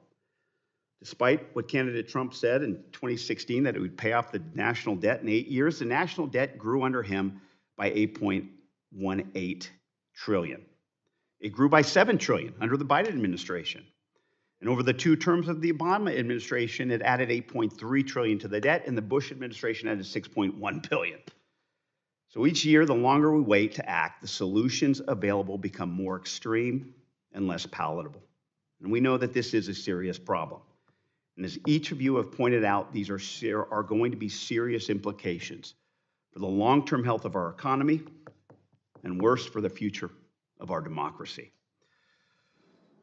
Now, one of the barriers to action on debt is that so many proposed solutions are just politically unpopular. My Republican colleagues don't want to raise revenues, and many of my colleagues on my side of the aisle are resistant to even examining spending. However, I worry, as we've heard today, that the longer we take, the more extreme steps must be taken to manage the debt. Mr. Elmendorf, what steps would need to be taken to stabilize debt to GDP ratio at a healthy range, even now? Well, Congressman, thank you for the question. To stabilize debt at about 100% of GDP, where it stands today, we would need to reduce the annual deficits by about $600 billion relative to current law. And as I say, if one wants to extend the expiring tax provisions, one needs to make up for that. Then additionally, if one wanted to bring debt back down as a share of GDP to the areas that we were more familiar with before, then you need to do even more than that. But even $600 billion a year would be a tremendous change, a tremendously large change to make in spending and tax policies. And quickly, Mr. Walker, I was one of 3 Democrats that voted for the Fiscal Commission on this budget committee when he passed it out of here, which I think is a responsible way to proceed. What would you say in response to those that actually oppose a Fiscal Commission on process grounds? Well, as is mentioned, some people say, well, that's your job, and therefore you should do it. And the problem is the track record speaks loudly. Things have gotten much, much worse. It's a bipartisan problem. You know, I've done citizen education engagement, including some with your dad, okay, in 47 states, 2 territories, and several countries. The people are way ahead of the politicians. They're focused on debt to GDP, revenue to GDP, spending to GDP. I got 77 to 97% support for specific reforms in all the areas we've talked about and more that would stabilize debt to GDP at a lower level than we are now, which is what we need to do, okay? And so I think my question is it, you know, if not now, when? If not us, who? So I commend you for supporting that. We need that commission desperately. That can help us make much bigger changes than DOGE will ever make, although I support DOGE. But understand this, even if you do that, and you're going to have to do it to make these tough choices with trade-offs. Secondly, you got to have a constitutional amendment to be able to maintain discipline over time. The debt ceiling is a bad joke. You know, it totally failed. And statutory approaches like Graham-Rudman or whatever, they don't stand the test of time.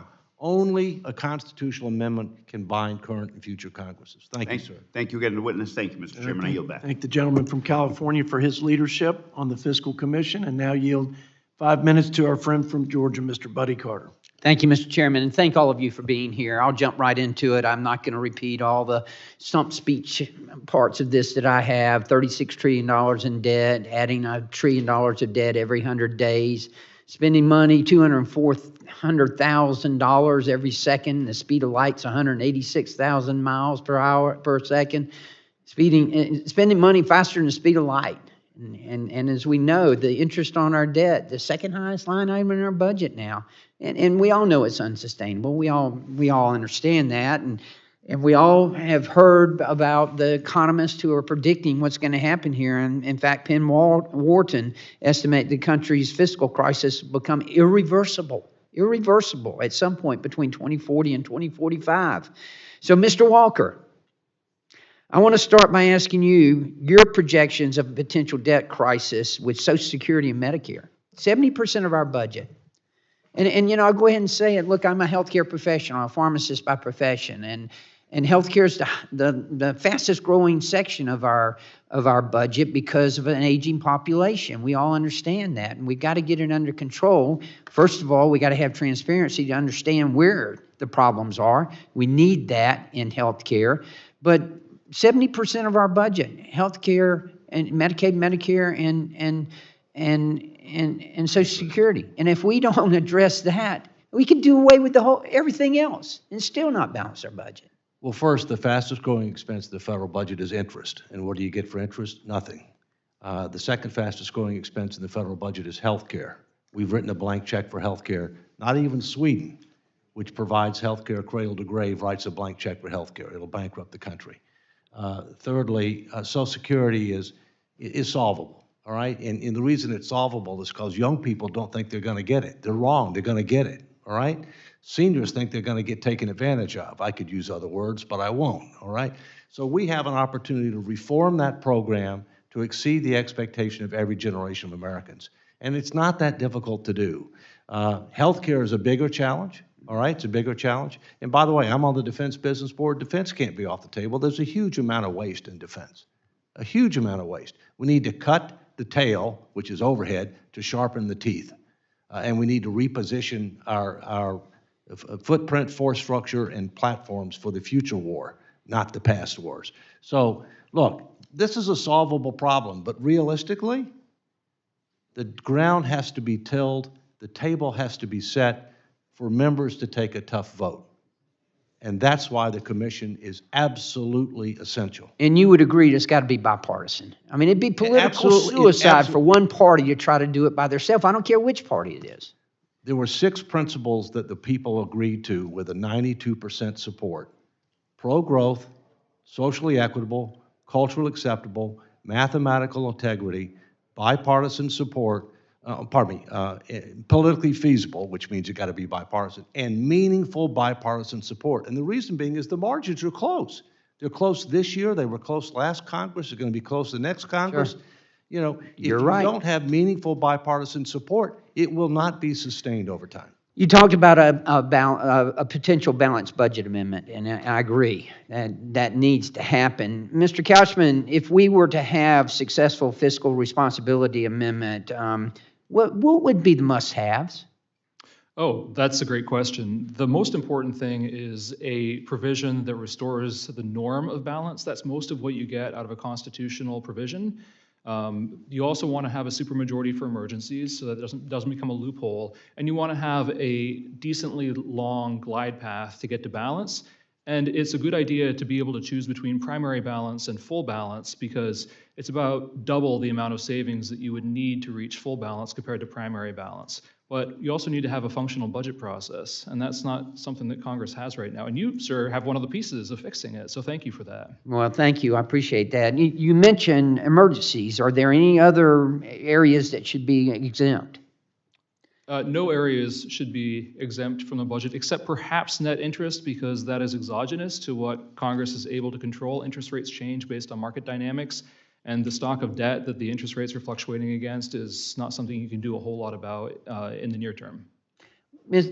Boccia, what, and I'm sorry if I mispronounced that, but you've got experience in Europe, and what would something like a debt break work? How would that work here in the U.S.? Yeah, so debt breaks enjoy popular support because they tackle the debt, which is something that the entire public can get behind regardless of their political affiliation.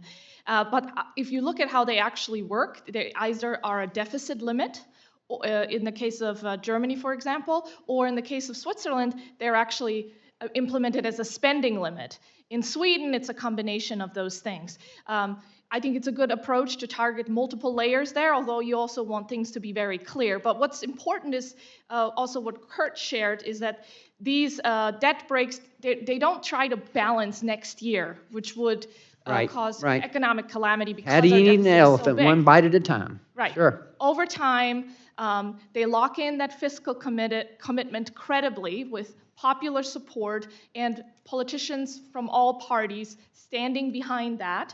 And then they give the politicians a process and an oversight function through an independent council to hold lawmakers accountable. So it all works in tandem. But I do need to emphasize that you cannot just adopt a balanced budget amendment and then hope that the budget will take care of itself. Congress still will need to do the tough work of actually identifying how we get on that path to balance. But the balanced budget amendment can act as a commitment device. Great. Thank all of you for being here. Thank you, Mr. Chairman. Thank the gentleman from Georgia. Now yield 5 minutes to Ms. Ballant from Vermont. Thank you, Mr. Chair. Thank you to all the witnesses for being here today. I appreciate you coming here. As we discuss fiscal responsibility, which is a very important topic, I want to dive into some of the details of the Trump tax cuts because I hear about this a lot from my constituents. So the tax cuts enacted under the first Trump administration were skewed to the very wealthy. That's the reality. And this angers a lot of Americans who understand that we do not have tax fairness in this country. And because of that, it's not just that the economy suffers, it's not just that the deficit increases, but the health of the democracy suffers. And American families struggle because of this. And it's estimated by the Center on Policy and, the Center on Budget and Policy Priorities, that 2025 households with an income in the top 1% will get on average a tax cut of over $60,000. But if you're in the 0.1%, you'll get a tax cut of over $250,000. Meanwhile, those in the lowest earning bracket will get back about $70, 70 measly bucks. So flashback to 2017, Trump officials claimed that at a minimum, the law would lead to a $4,000 increase in household income. This didn't happen. What did happen was that workers earning under $114,000 a year saw basically no increase in earnings from the tax cut. But the wealthy sure got richer. Now we have a situation where Trump is coming in for a second administration. He wants to go even further this time. He doesn't just want to extend the tax cuts. He wants to further cut the corporate tax rate from 21% to 15%. And he said that tariffs should replace the income tax, which will, of course, fall on the folks who can least afford to pay for it. Working class families, middle class families, they're going to pay more on higher goods. I don't think that most Americans want a trade war that's going to drive up the cost of groceries and other household goods. They want us to make life more affordable for them, not more expensive. So yeah, I think we should talk about fiscal responsibilities. My colleagues have spent decades pushing deficit-funded tax cuts that benefit the wealthy and corporations. From the Bush tax cuts and the Trump tax cuts, we've talked about it here, it has increased trillions and trillions of dollars to the debt. Americans do not want cuts to Social Security and Medicare. They don't want cuts to food programs that feed hungry kids. They don't want cuts to Medicaid that helps seniors afford care in nursing homes. What they do want, they want tax fairness. I hear this over and over again. What they do want is for the Pentagon to actually finally pass an audit so that American taxpayers don't keep getting ripped off by companies in the defense industry. What they want is for the wealthy to pay more and for them to feel like there is some fairness here. In 1973, the top 1% took home 9% of the income in the US. Today, the top 1% takes home nearly 27% of the income in the US. Again, from 9% in 1973 to 27% today. This gross economic disparity is terrible for individual Americans. It's terrible for families. It's bad for the democracy. It erodes civil society.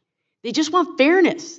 They want us to pass a tax code that helps regular people and closes capital gains loopholes that benefit the very wealthy. Middle-class families already bear too much of the tax burden because of unfair tax codes. I want to paraphrase former Supreme Court Justice Louis Brandeis, because I keep coming back to this. We can have a democracy, or we can have most of our country's wealth in the hands of just a few Americans, but we can't have both. They're on a collision course. So Dr. Elmendorf, I support raising the top capital gains and dividend rate back to the rate under President Ronald Reagan. Would this help us to put a dent in our debt? Yes, Congresswoman, raising those tax rates would raise tax revenue for the government and therefore reduce the deficit and the debt over time. But again, I would repeat a caution from earlier, which is that the amount of the benefit there for the government's budget outlook would be fairly small relative to the overall imbalance that we have all been talking about. It's certainly not a silver bullet, but it goes to the issue of tax fairness. I think it goes to the issue of tax fairness. I don't know the specific numbers you've been referring to, but you are correct that income inequality has increased substantially over the last several decades in this country, and that an important counterweight to that is the progressive nature of the tax code. And the 2017 Tax Act gave particularly large benefits to higher income people relative to lower income people, and an extension of that would have that same effect again. I thank you for being here. I thank you all. I thank the gentlelady, and now you have 5 minutes to my friend from Kansas, Mr. Estes.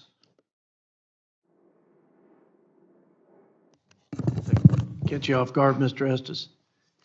Thank you, Mr. Chairman. I appreciate the opportunity, and thank you for our witnesses for joining us today. I do want to introduce one comment just before I make my comments. Is one of the things that we need to make sure that when you're talking about tax rates and tax dollars paid, obviously the higher income folks, if you lower the rate, would pay less in taxes just because they paid more to start with. And at the end of the day, after the Trump tax cuts, they actually, higher income, still paid more taxes as a percentage of income tax that was totally collected. In fact, by the CBO data, according to the CBO data, Republican tax reform reduced federal taxes for every household across every income level, but increased the share of taxes for the top 1%. So I know it's as we talk through numbers, there's percentages and dollar amounts, but we need to make sure that what the true effect is.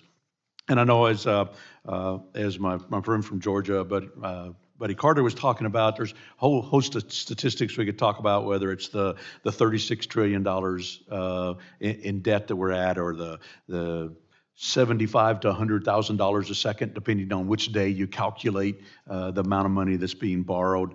We've got to focus on several things. And I, instead of talking about that a little bit, I want to talk about something I know that Mr. Walker talked about in his presentation is DOGE and the government of the Department of Government Efficiency and the launch of the DOGE caucus here in Congress.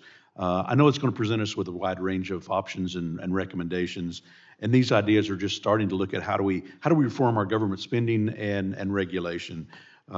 Just looking at, since President Biden came into office, there's been an additional federal cost of over $1.37 trillion just on the new regulations that were issued, which was about 45 times the calculated cost of President Trump during his President 45 administration, and also about 5 times more than regulatory costs during the Obama administration. So we've got to focus on that as the impact as well.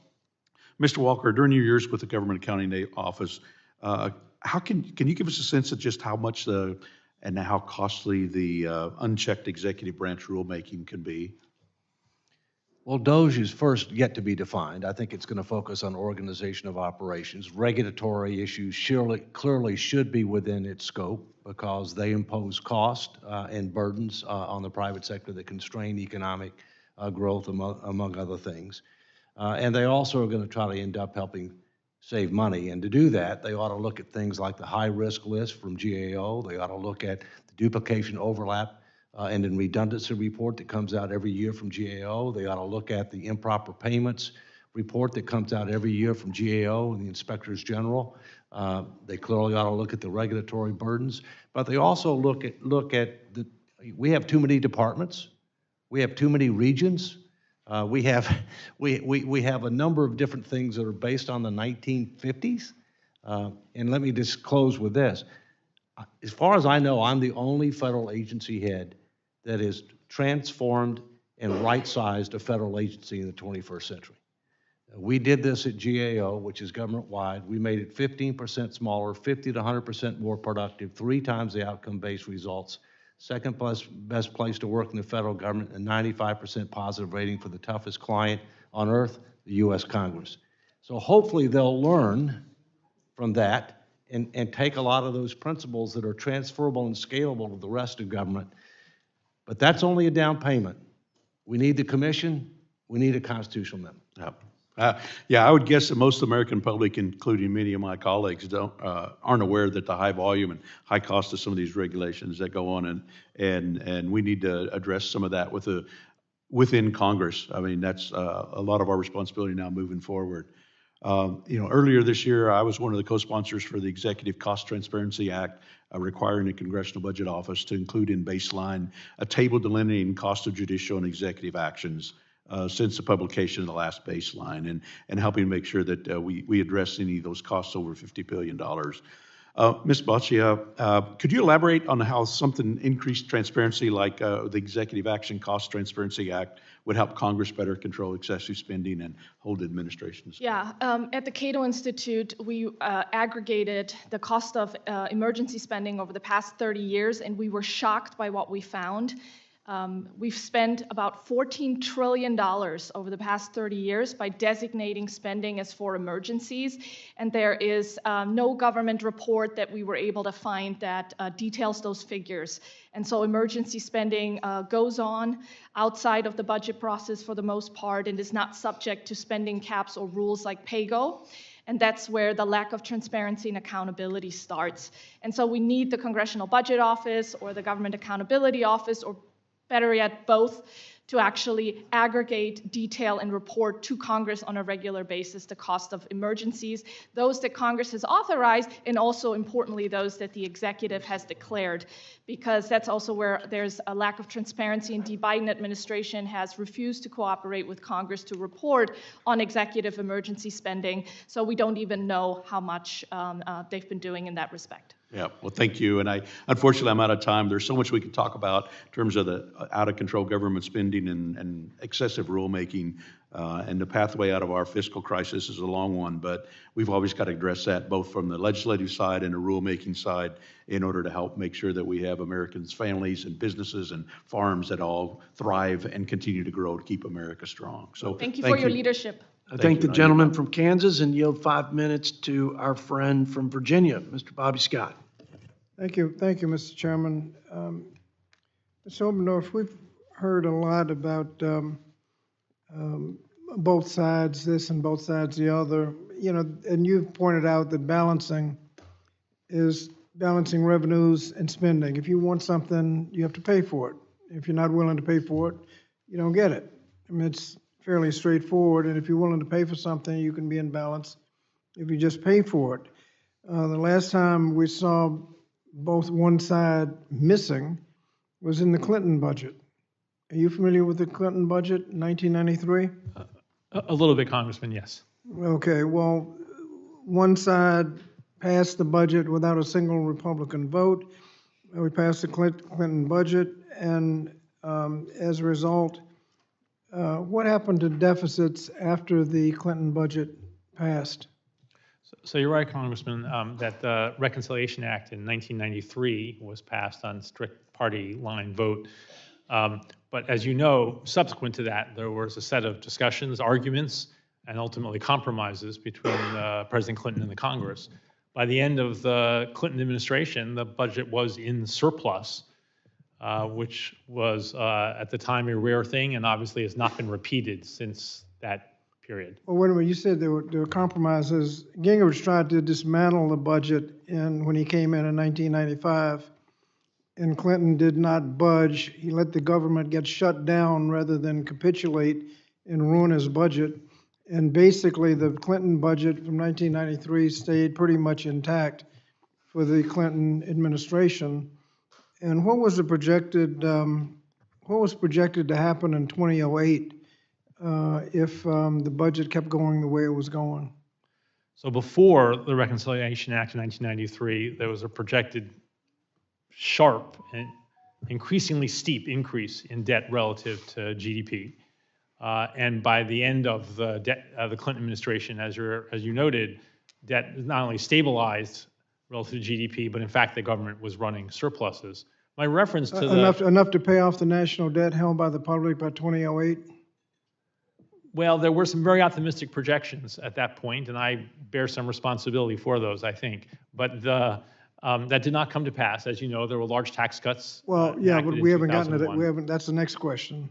Yes, but when Clinton left office, the projections were that we're going to pay off the national debt held by the public by 2008, and by 2013, put all the money back we've talked about in the trust funds. But as you have alluded, something happened in 2001 when a new administration came in, followed by the Trump administration, George W. Bush, 2 tax cuts, 2 wars, prescriptive drug benefit not paid for, the Trump tax scam where 80% of the benefits went to the top 1% in corporations. After those tax cuts, which we were told would pay for themselves. Did they pay for themselves?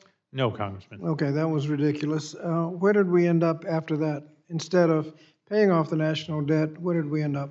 The debt has increased and is increasing at a very rapid rate over the past 25 years. So one side passed a budget that was on the way to paying off the national debt. The other side came in and messed it all up. And the next conversation is what to do now. And I think we've said 4.6 trillion is the cost of extending the expiring Trump tax cuts.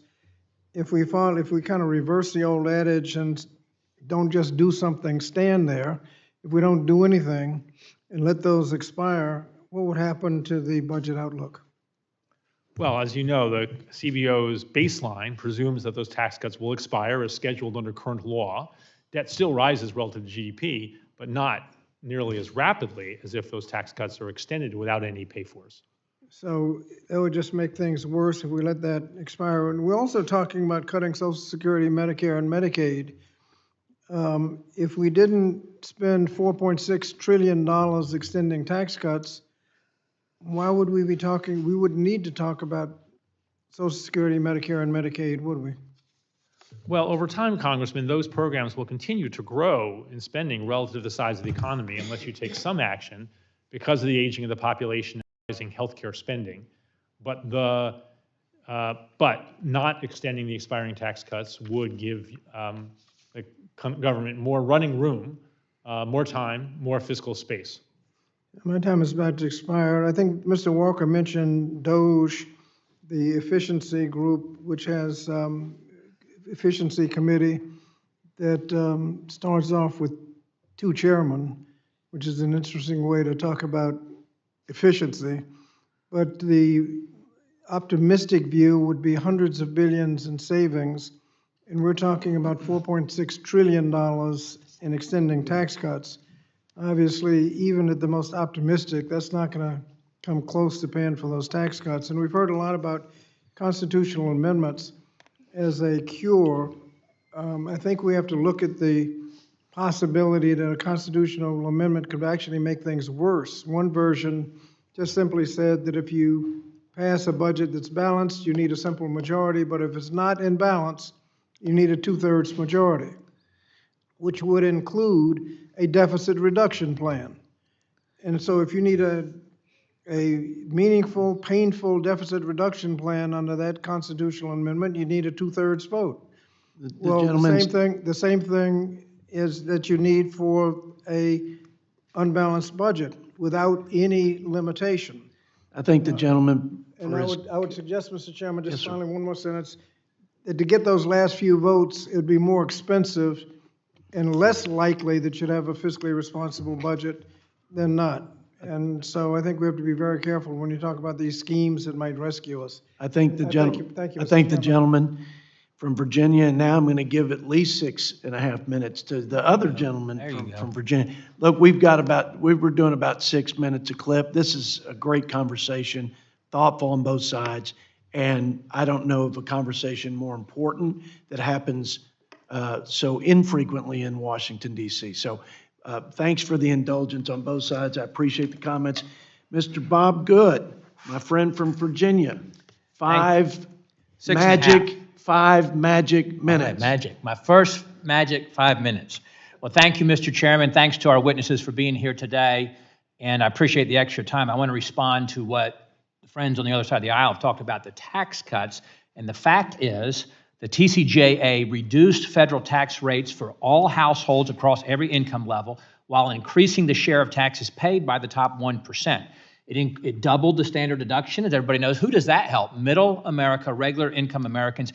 It increased the child tax credits. The fact is, tax revenue went up to an unprecedented nearly $5 trillion annually because of those tax cuts. And the rising tide lifted all boats. All Americans know they were worse off under the Biden economy than they were in the Trump economy, unless you're an illegal alien. And that's why they voted overwhelmingly to bring President Trump back into the White House. More than 6 million people were lifted out of poverty during the Trump administration, dropping the poverty rate to a record low 10.5%. The income and wealth inequality fell after the TCJA as real wages for the bottom 10% grew nearly twice as fast as the top 10%, and real wealth of the bottom 50% of households rose 3 times faster than the top 1%.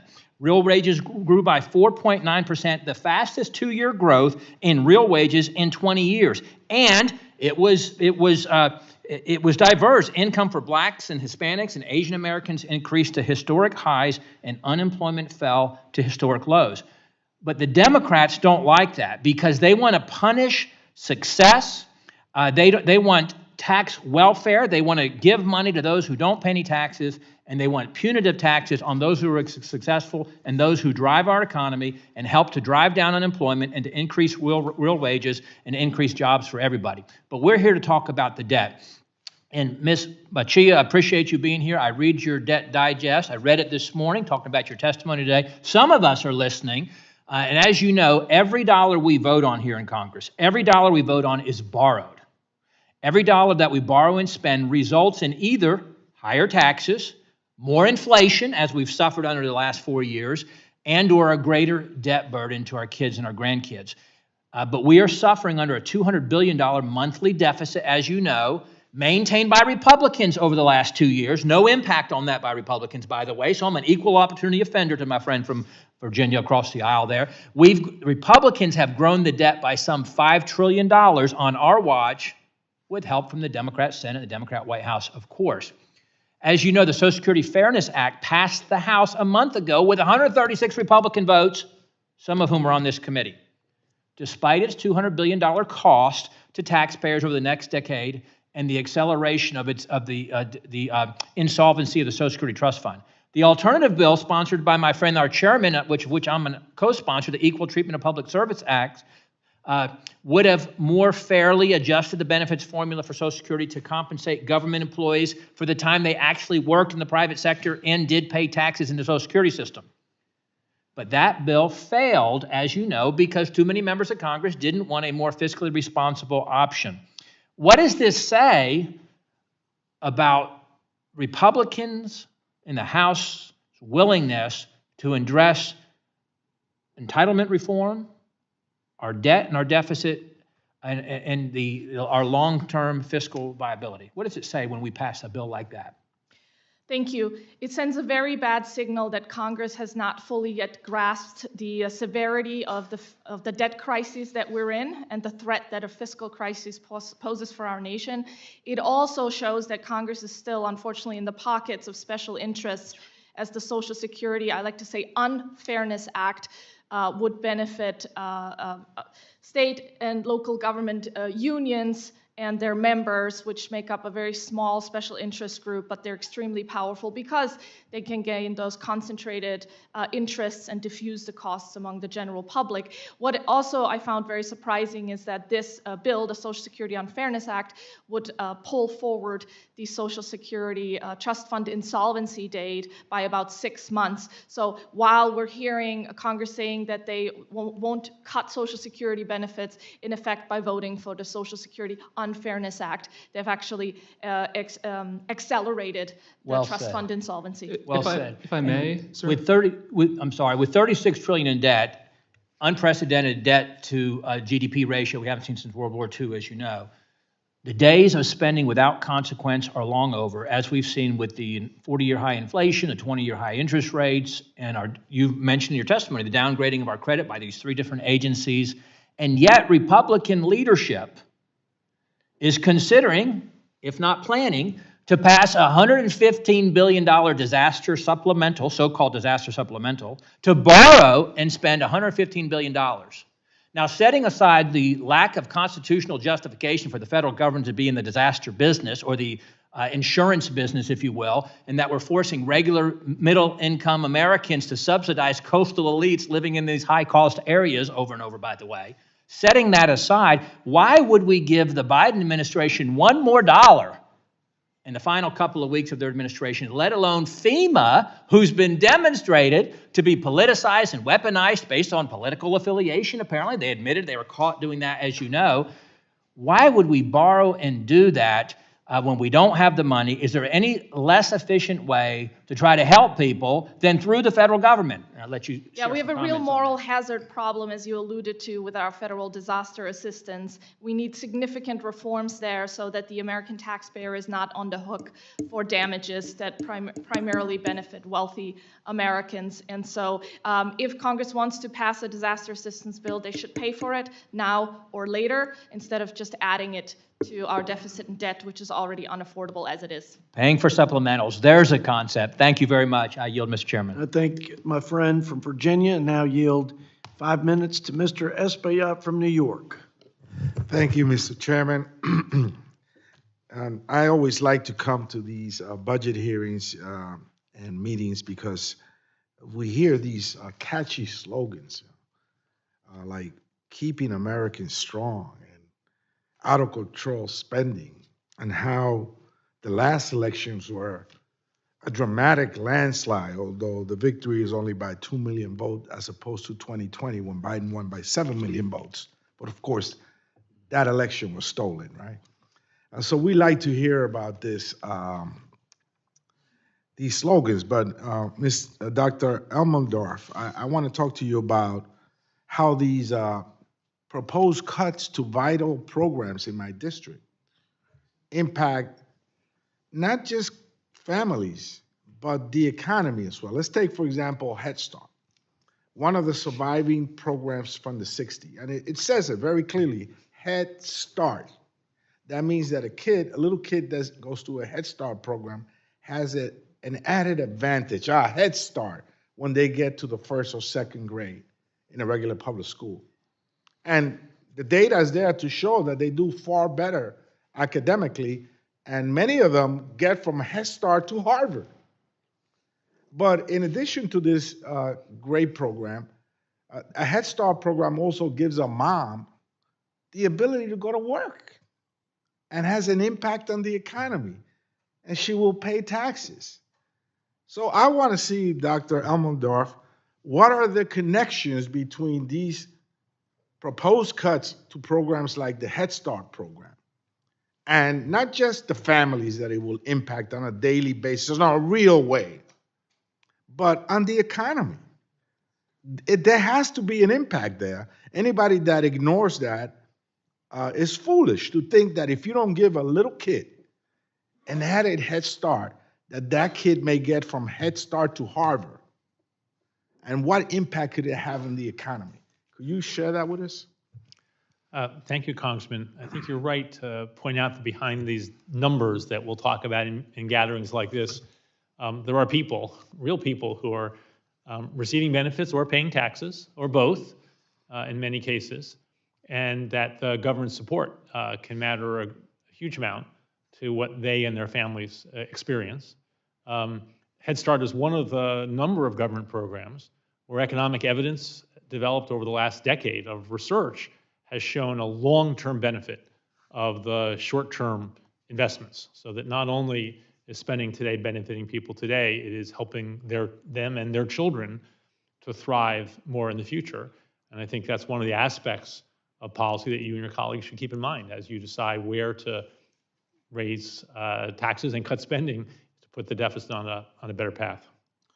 I mean, clearly there has been an erosion of the U.S. revenue base because I believe of failed tax policy that has eliminated, and by giving the very rich in corporate America tax break, our revenues. And as a result, you say the deficit is connected to out of control spending. I think the deficit is connected by corporate welfare, and the fact that we're not getting the revenues that we should be getting to give a little boy, a little girl, the opportunity to go to Head Start, and a mom the opportunity to be productive and to go to work.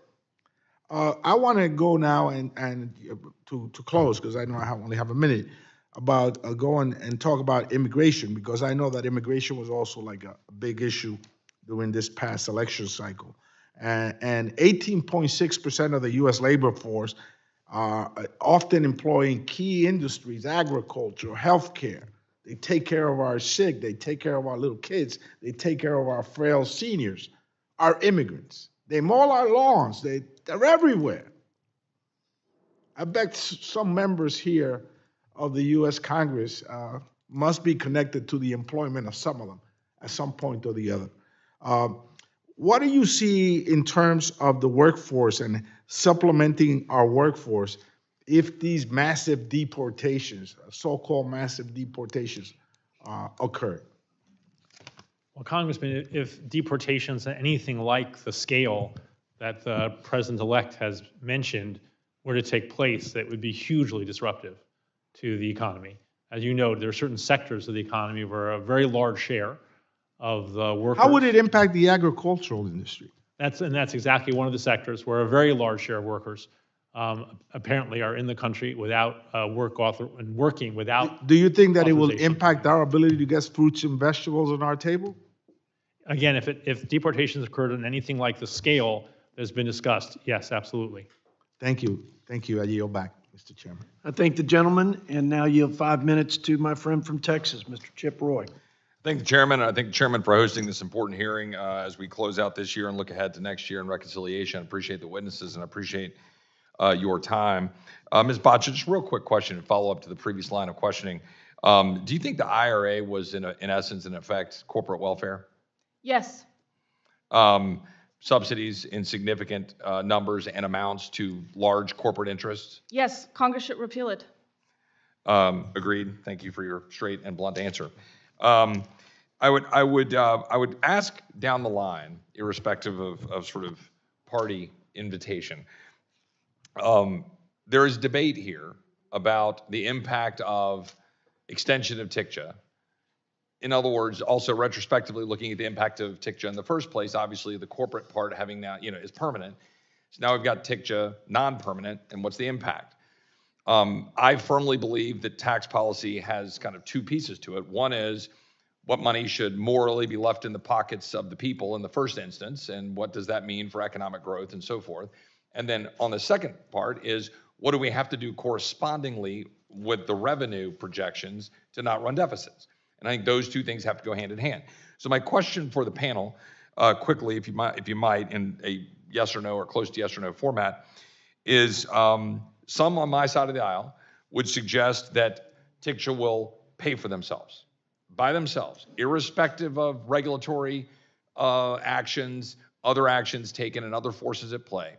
Is it your position and belief that TICJA, if just extended, will in fact pay for themselves? Yes or no? As a percentage of GDP, no. No. No. No. Okay. Do you, and so generally speaking, if that's the case, if we're going to extend TICJA, do we need to include additional measures that would either generate more revenue, maybe on the regulatory side, again, irrespective of one's views of the right regulations to adjust, on the regulatory side to produce economic growth for additional tax revenue based on that economic growth, or on the on the spending cut side?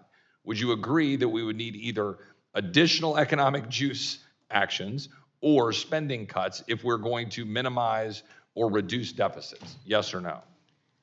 Yes, and I think the metric has to be percentage of GDP, not nominal dollars. Yes, we need both. The tax provisions are pro-growth. We also need savings. They don't have to be in the same package necessarily.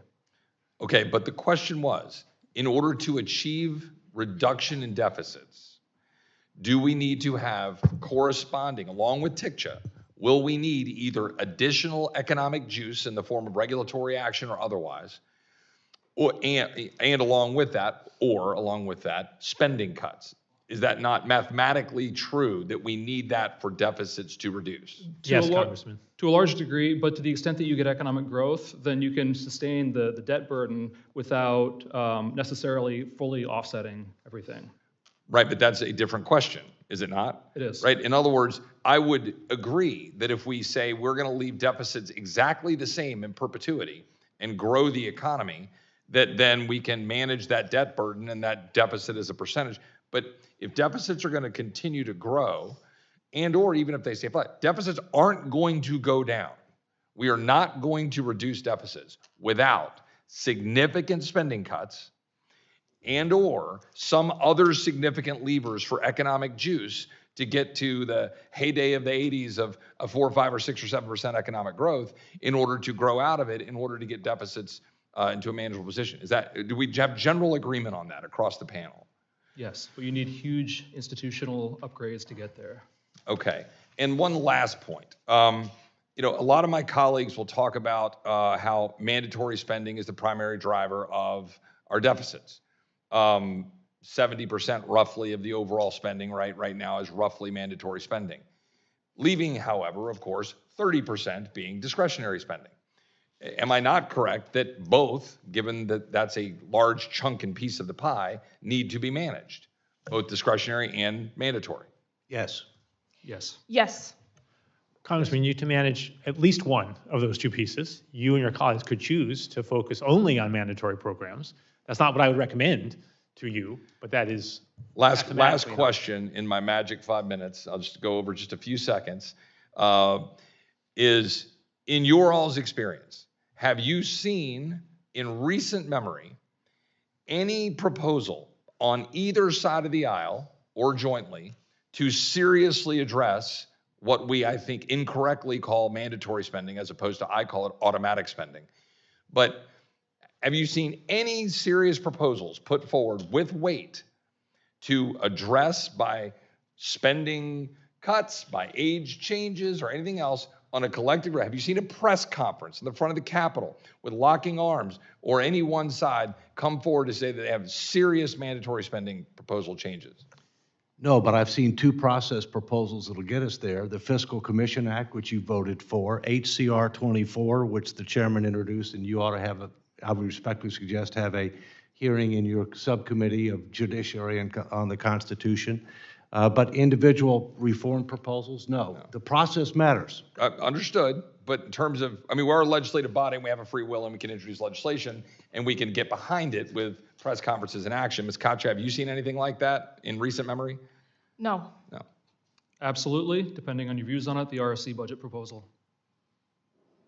To a degree, and of course then there's a massive amount of hammering for it, but has it been put forward to be advanced as the budget or the actual action by any serious weight of Republicans or Democrats? No, sir. Right. Sir? Congressman, I'm not aware of anything that's come to a vote on the House floor that would substantially roll back benefits, except for the repeated votes to repeal the Affordable Care Act, which would have rolled back those benefits. Also would, if you repealed the whole thing in some sense, would have raised spending on Medicare and changed taxes and so on. But apart from the repeal of the Affordable Care Act, I'm not aware of any legislation. I appreciate the honest answers in what I hope was trying to be presented in a bipartisan or nonpartisan questioning. I yield back. I appreciate the line of questioning, and now yield 5 minutes to our colleague from Texas, Mr. Lloyd Doggett. Well, thank you very much. As perhaps a unique pay-as-you-go progressive, I do not favor major expansions of government programs, many of which I support, without paying for them.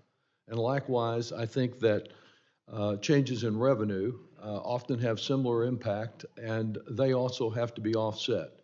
And as I understand the answers you just gave my colleague, Mr. Roy, each of you believe that the huge tax continuation, renewal, reauthorization, extension, whatever you call it, that those need to be offset so that we do not just borrow more money from China or the Saudis or whoever will lend it to us to pay for any extension of the Trump tax cuts. Is that, did I hear correctly? Yes, Congressman, that if we one offset those. A general rule of advice I learned from Marty Feldstein when I was in graduate school was that when you're in a hole, you should stop digging. Right, right. Generally speaking, more savings of a good variety, and that's in your discretion, would be good to do.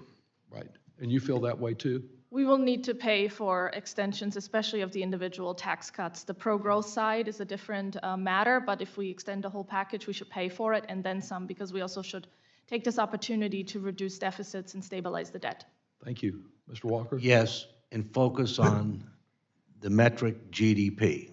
What's revenue to GDP, spending to GDP, and debt to GDP? Exactly, a very important measure. And actually, though there's been significant criticism in this committee of CBO and suggestions that it should be changed, they came out pretty close in their estimates on the Trump tax cuts of 2017, so that we are now in a situation, I believe, in 2023 of about 17% as the percentage to GDP. I think that was their estimate, and we were at 16.5%, I think is the output versus GDP. I think it is important that that we focus on the recent writing of the chairman. He has indicated on previous occasions that we could not address the budget problems we face by spending cuts alone. And he has written a document called Fiscal Responsibility Begins by Ending Beltway Budgeting Gimmicks. And some of you have referenced those issues in your writings also, but it's really important that we not pretend we are resolving this problem by using gimmicks. One of the gimmicks that I think was used in this committee with our budgets last year, that has been used by Democrats as well, was the so-called reserve fund for pro-growth tax policies. These reserve funds for unlimited tax cuts really simply mean borrowing more from abroad to pay for our debts.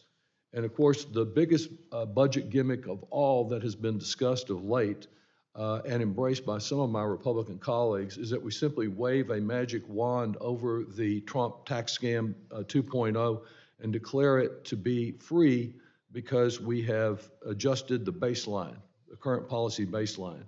And I believe, Ms. Boccia, that you have written regarding that specific budget trick, and the writing I saw, the quote was, "Not recognizing the cost of the TCJA extension is a gimmicky attempt to disappear them, but trying to hide them doesn't make them any less real or damaging to the fiscal situation." Is that correct? This is correct.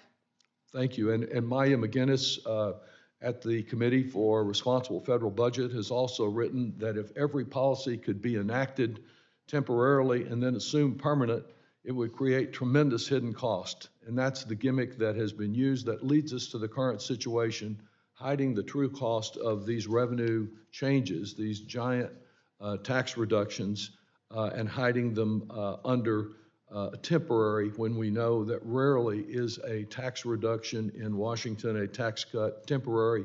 It's just a matter of extending it from year to year. So I think it's really important that we avoid tax break deceit in the coming months. We know we're in a hurry up and rush with reconciliation proposals that are pending perhaps as early as next month. It's really important that we not do further harm, that we embrace the kind of commitment that the chair has said is a moral imperative by not adding to the debt either through our spending decisions or through our tax decisions. And I thank each of you for your testimony today. I thank the gentleman from Texas, and now yield 5 minutes to Mr. Moore from Utah. Thank you, Chairman. This is the topic. This is what we need to be focused on. So I always appreciate your willingness to shine a light on it.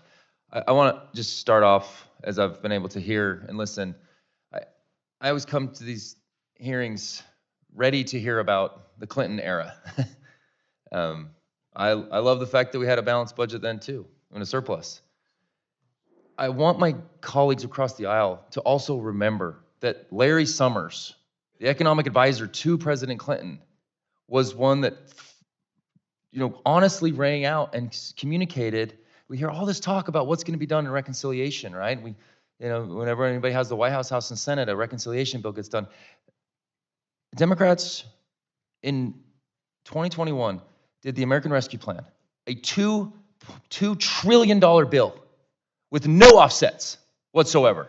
I do not want to be lectured on a bill. If you look at the two of them, okay, none of them paid the debt down, right? But we have to have economic growth. If we do not have economic growth, we do not have the strong GDP that we can try to eventually save the day. I do not want to be lectured when I saw a $2 trillion bill come with no offset spending. Okay? And what I wanted to talk about, and I'm going to pivot now and get in a better mood, because we have something that hasn't been addressed that was brought to our office from Americans for Prosperity to be able to deal with the fundamental issue of why we're here. is for 50 years, we have not voted, well, if we ever have, voted on the entirety of the budget. We only vote on 25%. So I agree with my colleague, Mr. Roy, when he says all of it's the problem, right? We only get to vote on the discretionary budget and the emergency pieces. We do better than other times, but for 50 years, we've kept the discretionary budget at a rate of growth from 1 to 4.5%. Mr. Couchman, what would you estimate the rate of direct spending, automatic spending, mandatory spending, whatever? What would you estimate the rate of growth for that? Would you rate it below or above 3%? Well, it's well above GDP growth, so by definition, it's unsustainable. It's unsustainable. The Comprehensive Congressional Budget Act, which I introduced this Congress, and with the help of everybody at this panel, you are shining the light on this. There's nobody more emotional about this than Mr. Walker, with real data and real highlighting the issues. Your debt digest, Mr. Boccia, it's the one thing. I get a lot of spam in my email. My inbox gets bloated. It gets really, really bloated right now. Yours is the one that I read. The ability for your team to come to ours, Mr. Couchman, and be heavily involved in coming up with a solution. This bill will force us to vote on the entirety of the budget. I do not understand what's wrong with that. I will take a Social Security vote. I will take a Medicare vote. I will vote on Medicaid. I will vote on everything.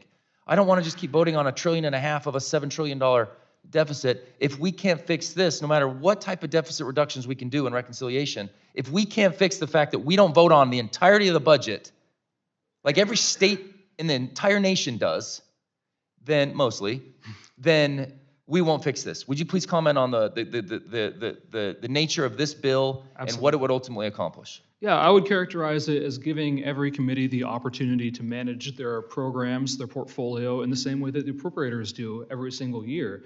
The Ways and Means Committee has jurisdiction over 100% of revenue policies, taxes, like bases, rates, and expenditures, as well as a number of direct spending programs. Judiciary has some resources. All the committees have a piece of the actual budget, but only one of them has the opportunity to manage that every year. And if you were to do that, you might find that there'd be incredible bipartisan opportunities to drive better value for the American people. And which committee is it that gets to do it every year? It's the Appropriations Committee. Yep. How many committees do we have here? There are 17 with spending authority. And how many of them are involved in some spending, some budget-related matter at all? I mean, pretty much all of them. Ad hoc from time to time, but not consistently every year with an expected process where you can build coalitions. Point is, that one committee, Appropriations, over 50 years has been able to keep their budget growth to the rate of inflation, which is the goal for what everybody want to do, in the 1 to 4% range. I'd rather keep it to 1%, but it'll bubble up here or there. You know, COVID years, it put it up a little bit more. But even with COVID years, the appropriations process was able to keep it at a. I'm on Ways and Means Committee. I wish I could vote on Medicare, Social Security, the portions that we have a jurisdiction over, Medicaid, all the welfare programs. I want to vote on them every year. I will support them. Yeah. I absolutely will support them. But we can't make changes to it. So when 2008 hits and the baby boomers start to retire, all of a sudden everything flipped. The people that were contributing to the program are out taking their benefit that they deserve. But we didn't have a chance to vote on any of this. And this is what the Comprehensive Congressional Budget Act will do. I am going to continue to be the strongest of support and fighter for this type of change to happen to our process, because if it doesn't happen, nothing will change with our automatic spending. And with that, Speaker, Mr. Chairman, I yield back a lot more time than anybody else in the last 5 or 7 minutes. You are passionate about stewarding taxpayer dollars, and you have demonstrated stewardship of your time. Thank you, Mr. Moore, for your leadership. And we will now yield 5 minutes to Mr. Josh Burkeen from Oklahoma. Man, I don't know what to say to that. Wow. I appreciate the chairman from Southern Oklahoma for holding this very important committee. And Mr. Walker, as I expressed to you, I've been reading about you for decades. Not as familiar as I need to be with your meaningful work as head of the GAO. So I'm going to take the opportunity I have to highlight you. And I want to do that because we have, I think, really a once-in-a-lifetime opportunity here. As I've been following this thing for 20 years and the spending increase, there is the once-in-a-lifetime opportunity with what just happened in an election and two gentlemen that are holding the banner for efficiency from the free market, the Doge Commission with Elon Musk and Vivek Ramaswamy. And my great hope is they don't miss the timelines that Congress is going to present in the reconciliation process, because I think that it's something I'm trying to impress upon them, and I hope all of our colleagues are. I hope that we're not setting them up for failure, that they have to know there's 53 senators, and if we're going to get real spending restraint in tandem with the Tax Cuts and Jobs Act, reconciliation, the fancy way of saying it only takes 50 votes in the Senate, not 60, is an opportunity that may not come around with the enthusiasm that's there that they can popularize. So I want to highlight you would you go back over your resume of what you did when it wasn't nearly this popular decades ago to start restraining the growth of spending? Can you highlight what you had shared with Ron Estes, what your work at GAO? And give everyone kind of an education on what GAO does. Well, GAO is in the legislative branch, as you know. It's the largest legislative branch agency. It's in the performance and accountability business. It's to improve the performance and assure the accountability of government for the benefit of the American people. It helps the Congress oversee the executive branch. It does financial audits, performance audits, program evaluations, policy analyses, legal research and adjudications, and a variety of other things. It is nonpartisan, staunchly nonpartisan, non-ideological, fair and balanced. It calls it like he sees it. It's focused overwhelmingly on the organization and operations of government. It's in the oversight, insight, and foresight business. And when I was there, I came in, it had been in business since 1921. I came in 1998. No strategic plan. By the way, the U.S. government still doesn't have one. And it's been in business since 1789. We put together a strategic plan. We totally transformed the agency. I eliminated a third of the offices. I eliminated a layer of management, consolidated 35 units into 13, leveraged technology, leveraged a variety of other things, changed our performance metrics, measurement reward systems, our communications with Congress. We were 15% smaller, or a third less footprint, 50 to 100% more productive, 3 times the outcome-based results. We generated $110 for every dollar invested in the agency. Nobody in the government's anywhere close to that. And yet we were the second best place to work in the federal government, 95% positive rating for the Congress. What we did there is transferable and scalable to the executive branch, all right?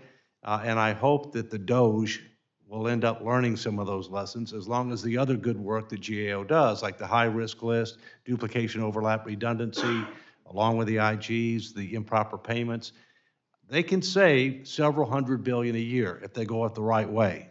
I'm concerned about one thing. They got to define their scope, and so far they don't have anybody that's associated with them that really has actually transformed anything in government. And there's a huge difference between the private sector and the government. There's a lot of transferable skills, but there's a huge difference. I wanted to highlight you for a reason. I think it's important that your context and your experience be tapped. I'll be encouraging that where I have opportunity. You have a chance to travel now and go into states and excite people about government efficiency. How many states have you been in? Well, I've done citizen education engagement in 47 states plus D.C. I've only got 3 I hadn't done it in, but I've been to the states. I just hadn't done that. And what are you hearing from the public? Because I think this is important. The public's way ahead of the politics. They know you can't spend more money than you make, charge with a credit card without a day of reckoning. I got 77 to 97% support for tax reforms, Social Security reforms, Medicare, Medicaid, healthcare, defense, government organization operations, and political reform. 77 to 97%.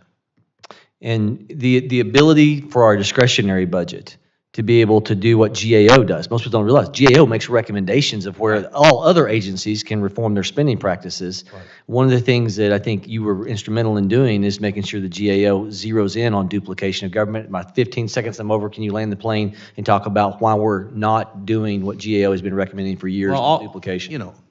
All GAO can do is make recommendations, but Congress or the president or both have to act on it, and that's the problem. It's the difference between strategy and implementation. Implementation is 85+% of success or failure, and that's where the problem is.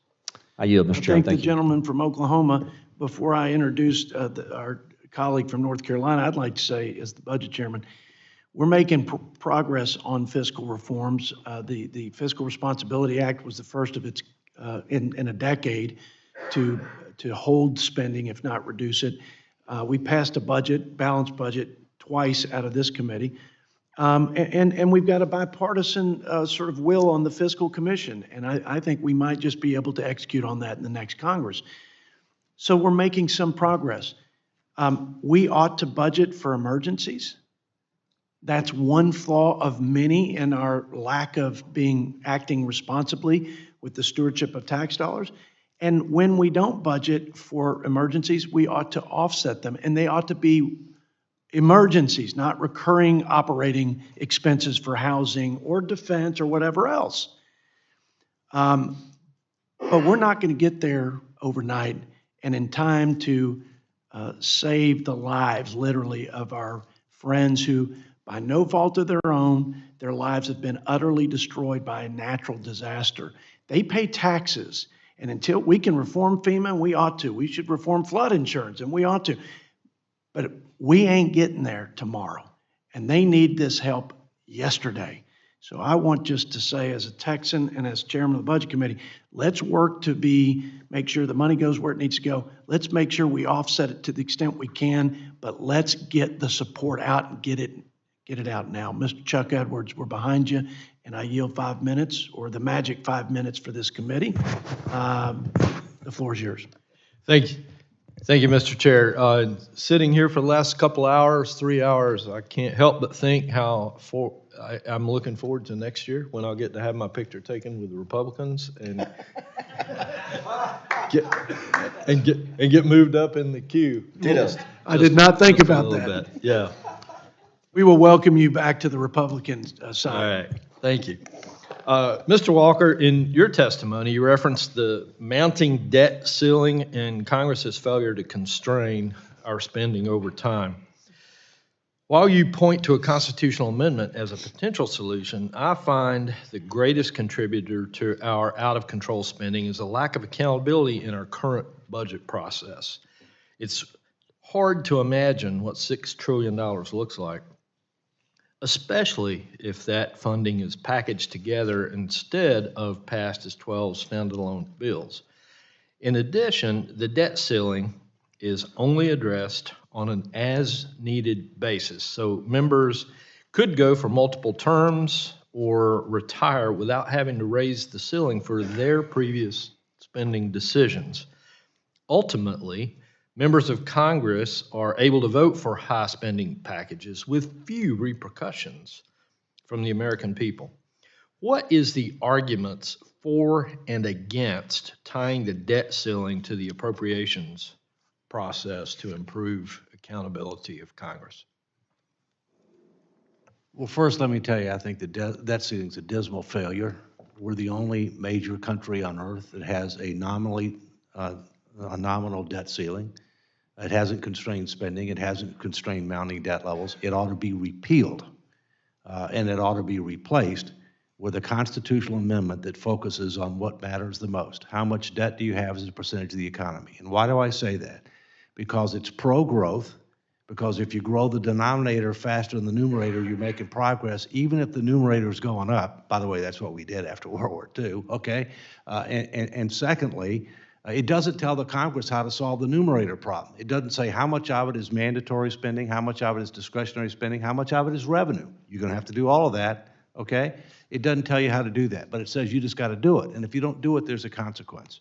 So, you know, we need more fundamental reform in this area, including understanding the difference between capital budgets and operating budgets, you know, including needing to pass the budgets on time, the appropriations on time.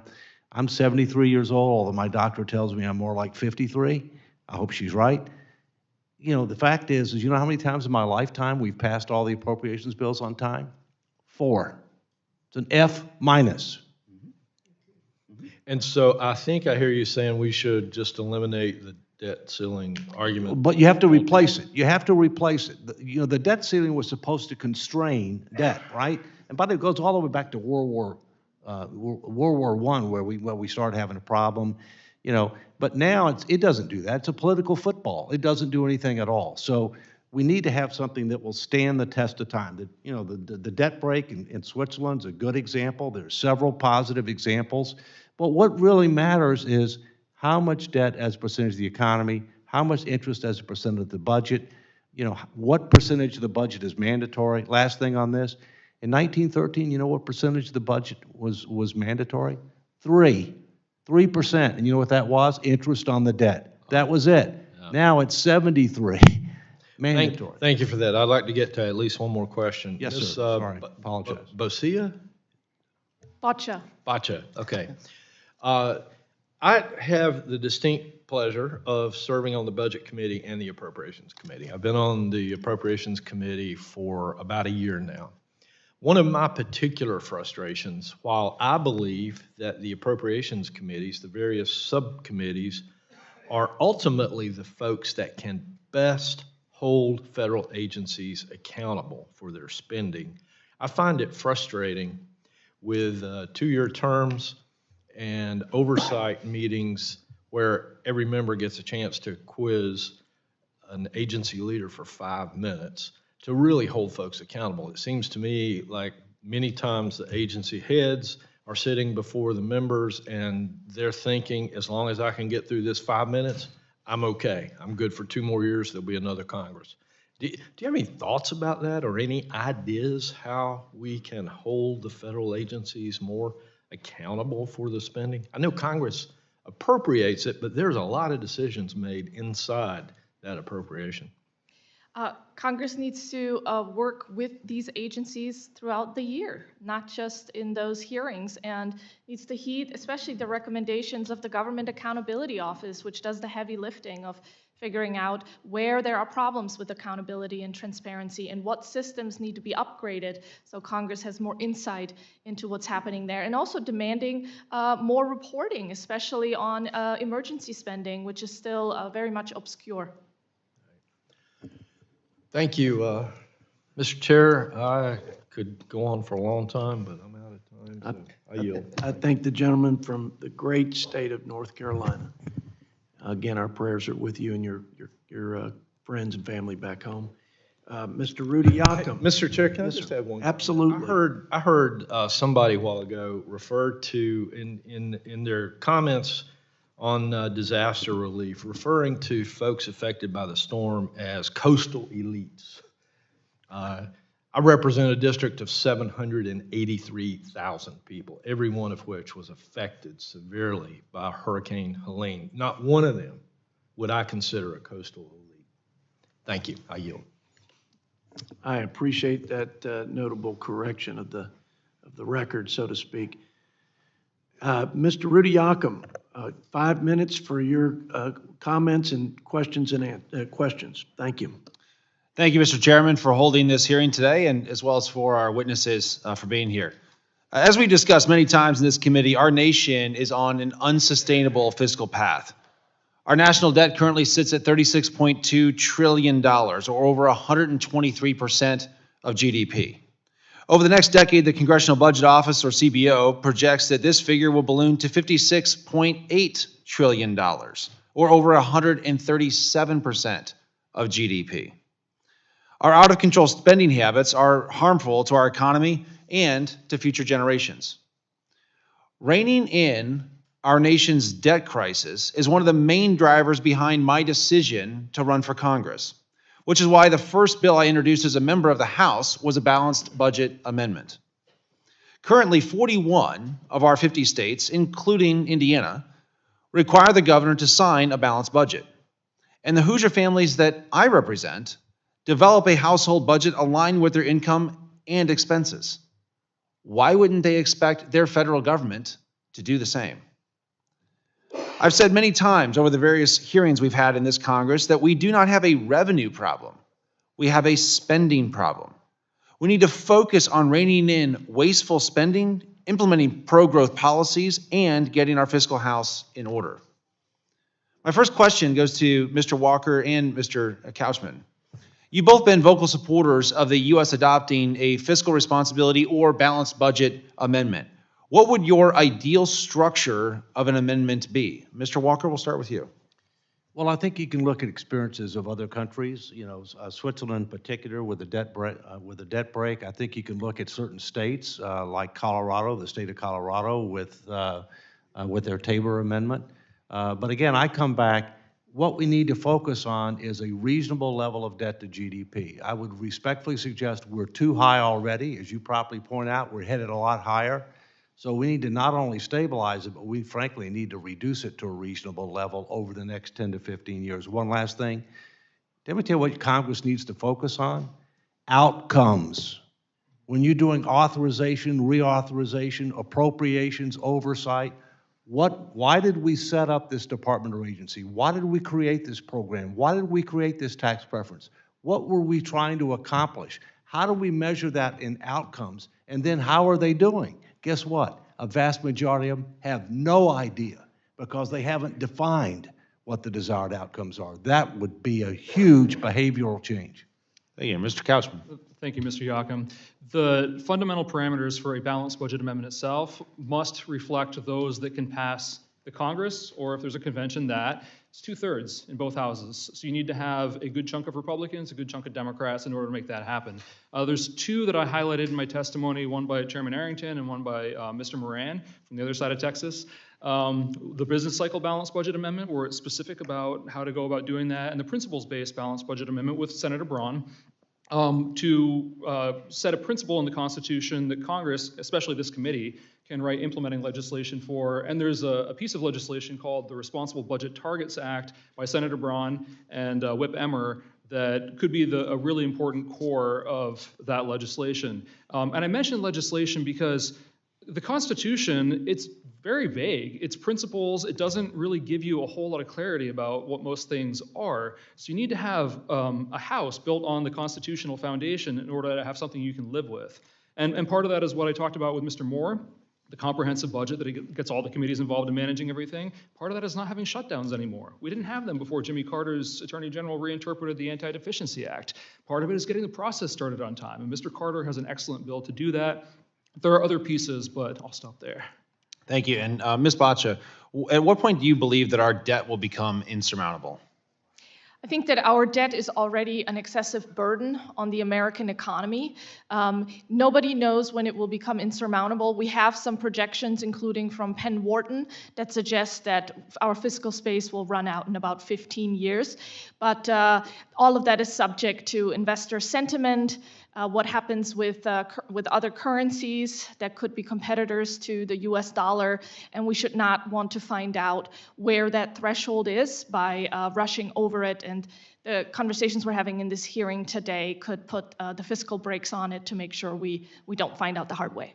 And as you talked about what happens in 15 years when we cross that point, talk to us about what would the impact be on our economy if and when that happens?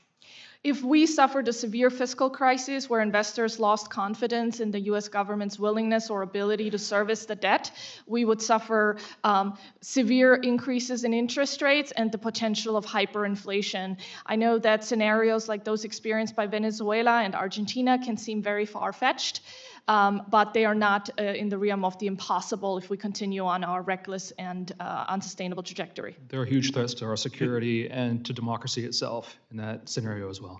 Two things real quick. Only God knows when that day comes, and God's not telling us, but we're tempting fate. And secondly, the answer is, what would the impact be? Global depression. Yeah, that's right. Thank you again to our witnesses for being here. And with that, Mr. Chairman, I do yield back. I thank the gentleman from Indiana, and closing us out, cleanup batter, and a guy we're going to miss a whole lot from Colorado, Mr. Greg Lopez, for 5 minutes. Being here today. You know, in my short time here in Congress, I've recognized that the national debt is the biggest issue we must face. So much that I carry the national debt to show people when I'm out in my district, and people are appalled. You know, Mr. Walker, I did read your statement that you submitted, and you're right. Colorado did do something because we saw it come in 1992. The Colorado Taxpayer Bill of Rights which allows, because we didn't trust government, we didn't trust that they were going to use our money correctly, we instilled a cap, and I think this is a good example of what, when there's a will, there's a way, you can actually do it. But I sit here and I feel that both sides of the aisle seem to be a little tone deaf. They're not really focusing on the issue. They keep pointing fingers back and forth about taxes, about what we could do. Here's the facts that I think everybody needs to know, and specifically the American people. The national debt equates to 107, if you were going to pay it, it would cost a person $107,594. Per household, it would be $272,546, and per child, it would be $498,233 per child. The federal government borrows $76,032 per second, as you can see by my debt clock. And so the United States gross debt currently exceed World War II levels. And so you're right. You know, in the last 40 years, we've only passed 4 budgets, right? And it's interesting because you're supposed to have the House and the Senate take care of the purse and take care of the American people. And yet we pass these omnibus bills and we pass continued resolutions, which I am not a strong supporter of. But this is what gives us in the situations that we're in. You know, we talk about fraud, waste, and abuse programs that are no longer authorized, right? The zombie programs, over 1,200 programs that have been no longer authorized or allowed should be funded, and yet we're funding them to the tune of $516 billion every single year. I'm at a loss as to why Congress cannot basically do what its job is, and that is do a budget, do it correctly. You know, and I think it's important for us to recognize that, you know, while everybody in Congress would like to go home for the holidays because everybody wants to spend Christmas, I try to remind my colleagues that we have men and women in uniform that took the same oath of office that we did, and they're not going to be home with their families because their duty comes first to their nation. We have a duty, we have a responsibility. We should not be worried about going home. We should not be worried about a holiday in the calendar. We have a duty and responsibility for the American people to make sure that we maintain the good balance in the budget. I think the people deserve problem solvers, not problem observers. And unfortunately, I see that in Congress today. But I have hope. I have hope that the 119th Congress will step up. They will step up to the plate. They will get a bloody nose. They will take a busted lip. They will get a black eye because they're doing it for the right reasons. We must stand in the gap. You know, fraud, waste, and abuse in the federal government is something that is rampant. As a former director of the United States Small Business Administration in Colorado, I can assure you there is a lot of fraud, waste, and abuse. And like you, Mr. Walker, it took a lot of work to make sure that that office was efficient and it wasn't wasting money. But it can be done. If we have strong people, it can be done. Now, my question, Mr. Elmendorf, full disclosure, I don't have a lot of faith in the CBO these days because they came and they weren't able to answer my questions as it pertains to, but as a former director of CBO, what is the cost of illegal immigration to the American taxpayer? Well, Congressman, thank you for the questions. Let me say first, I'm sorry you don't have confidence in the CBO. I believe that you should, and I would be happy to explain. I would love that conversation. Offline, so please let us do that. The cost to the American taxpayer of immigration, legal and illegal, it can be seen both in the federal budget and in state and local budgets, and then in the economy more generally. What CBO has shown in a recent analysis is that the surge of immigration over the last few years is making the federal budget stronger over the coming decade because the immigrants are paying taxes in many cases and not receiving benefits in most cases. Well, That's not a full assessment, and CBO doesn't mean it to be a full assessment of the overall impact. It's just the direct impact. Well, let me give you some different numbers. The Center for Immigration Study puts the cost per taxpayer at $68,000 over the lifetime of a legal immigrant. The center also states that 4 million children of illegal immigrants cost taxpayers $68 billion in costs for public education. The Federation of American Immigration Reform puts a conservative estimate of the cumulative cost of illegal immigration to be $150 billion. Wouldn't you agree that it would be important for CBO to present those numbers in front of the Budget Committee? I don't want to prescribe to my successor and his colleagues. As you know, CBO focuses on the federal budget. They have expertise at that. Some of the key numbers you mentioned, the extra cost of public education, borne by state and local governments. So I would hope the CBO could provide information about that, but I don't know, as an ex-member, what the state of their knowledge and analysis of the. Well, unfortunately, I can tell you that their numbers for the last 7 years have been off, and that's where I lose confidence. With that, Mr. Chairman, I yield back. I thank the gentleman, and I agree, there've been too many examples. $1 trillion off on a deficit projection, 1 trillion. Look, it's hard to predict the future in any scenario, and certainly over the last few years, I would suggest, because of a lot of the executive actions, but we can and must do better. I couldn't agree more with Mr. Lopez. Thank you all. Again, it's been a great conversation, a great day for America that we're having it.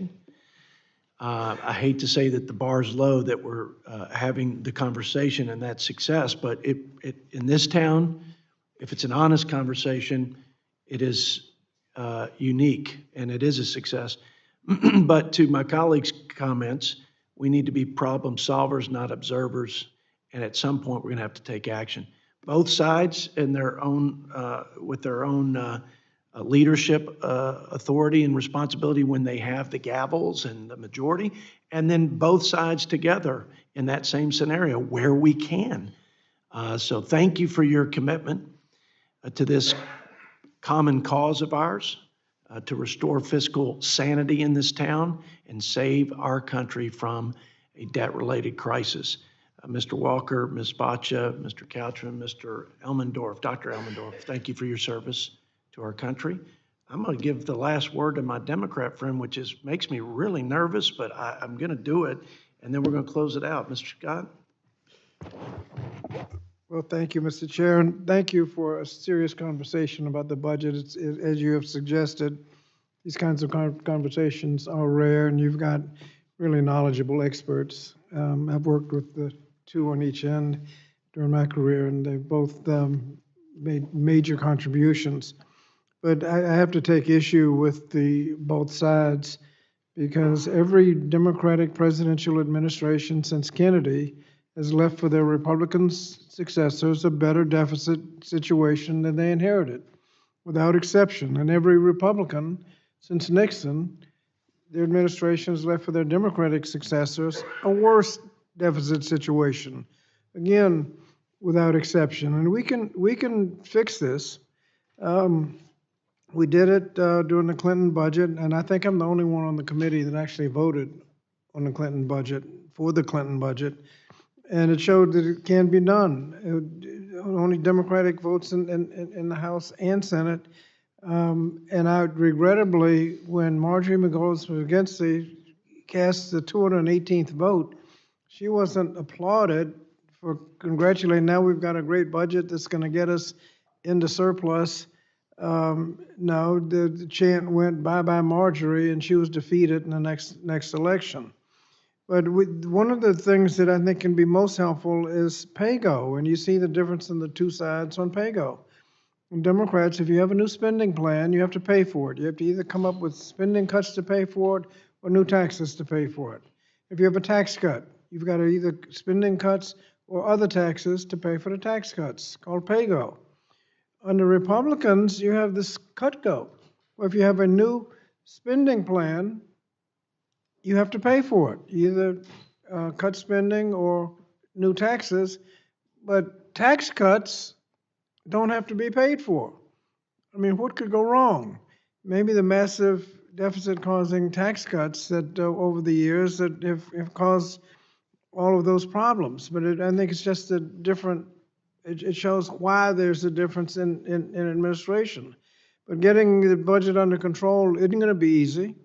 Not until members are willing to cast difficult votes like Democrats did in 1993. Progress will not be made, but I look forward to budget proposals that will not just offer procedure, but offer the actual ability to address the deficit. And Mr. Chairman, your leadership and substance, I think we may be able to get there, and look forward to it. I thank my friend and again, appreciate his leadership and service, and let's continue the conversation. And this, I'm supposed to give a formal deal. Let's see here. Please be advised that members may submit written questions to be answered later in writing. Those questions and answers may be made part of the formal record. Any member who wishes to submit questions for the record may do so within 7 days. And with that, we're adjourned.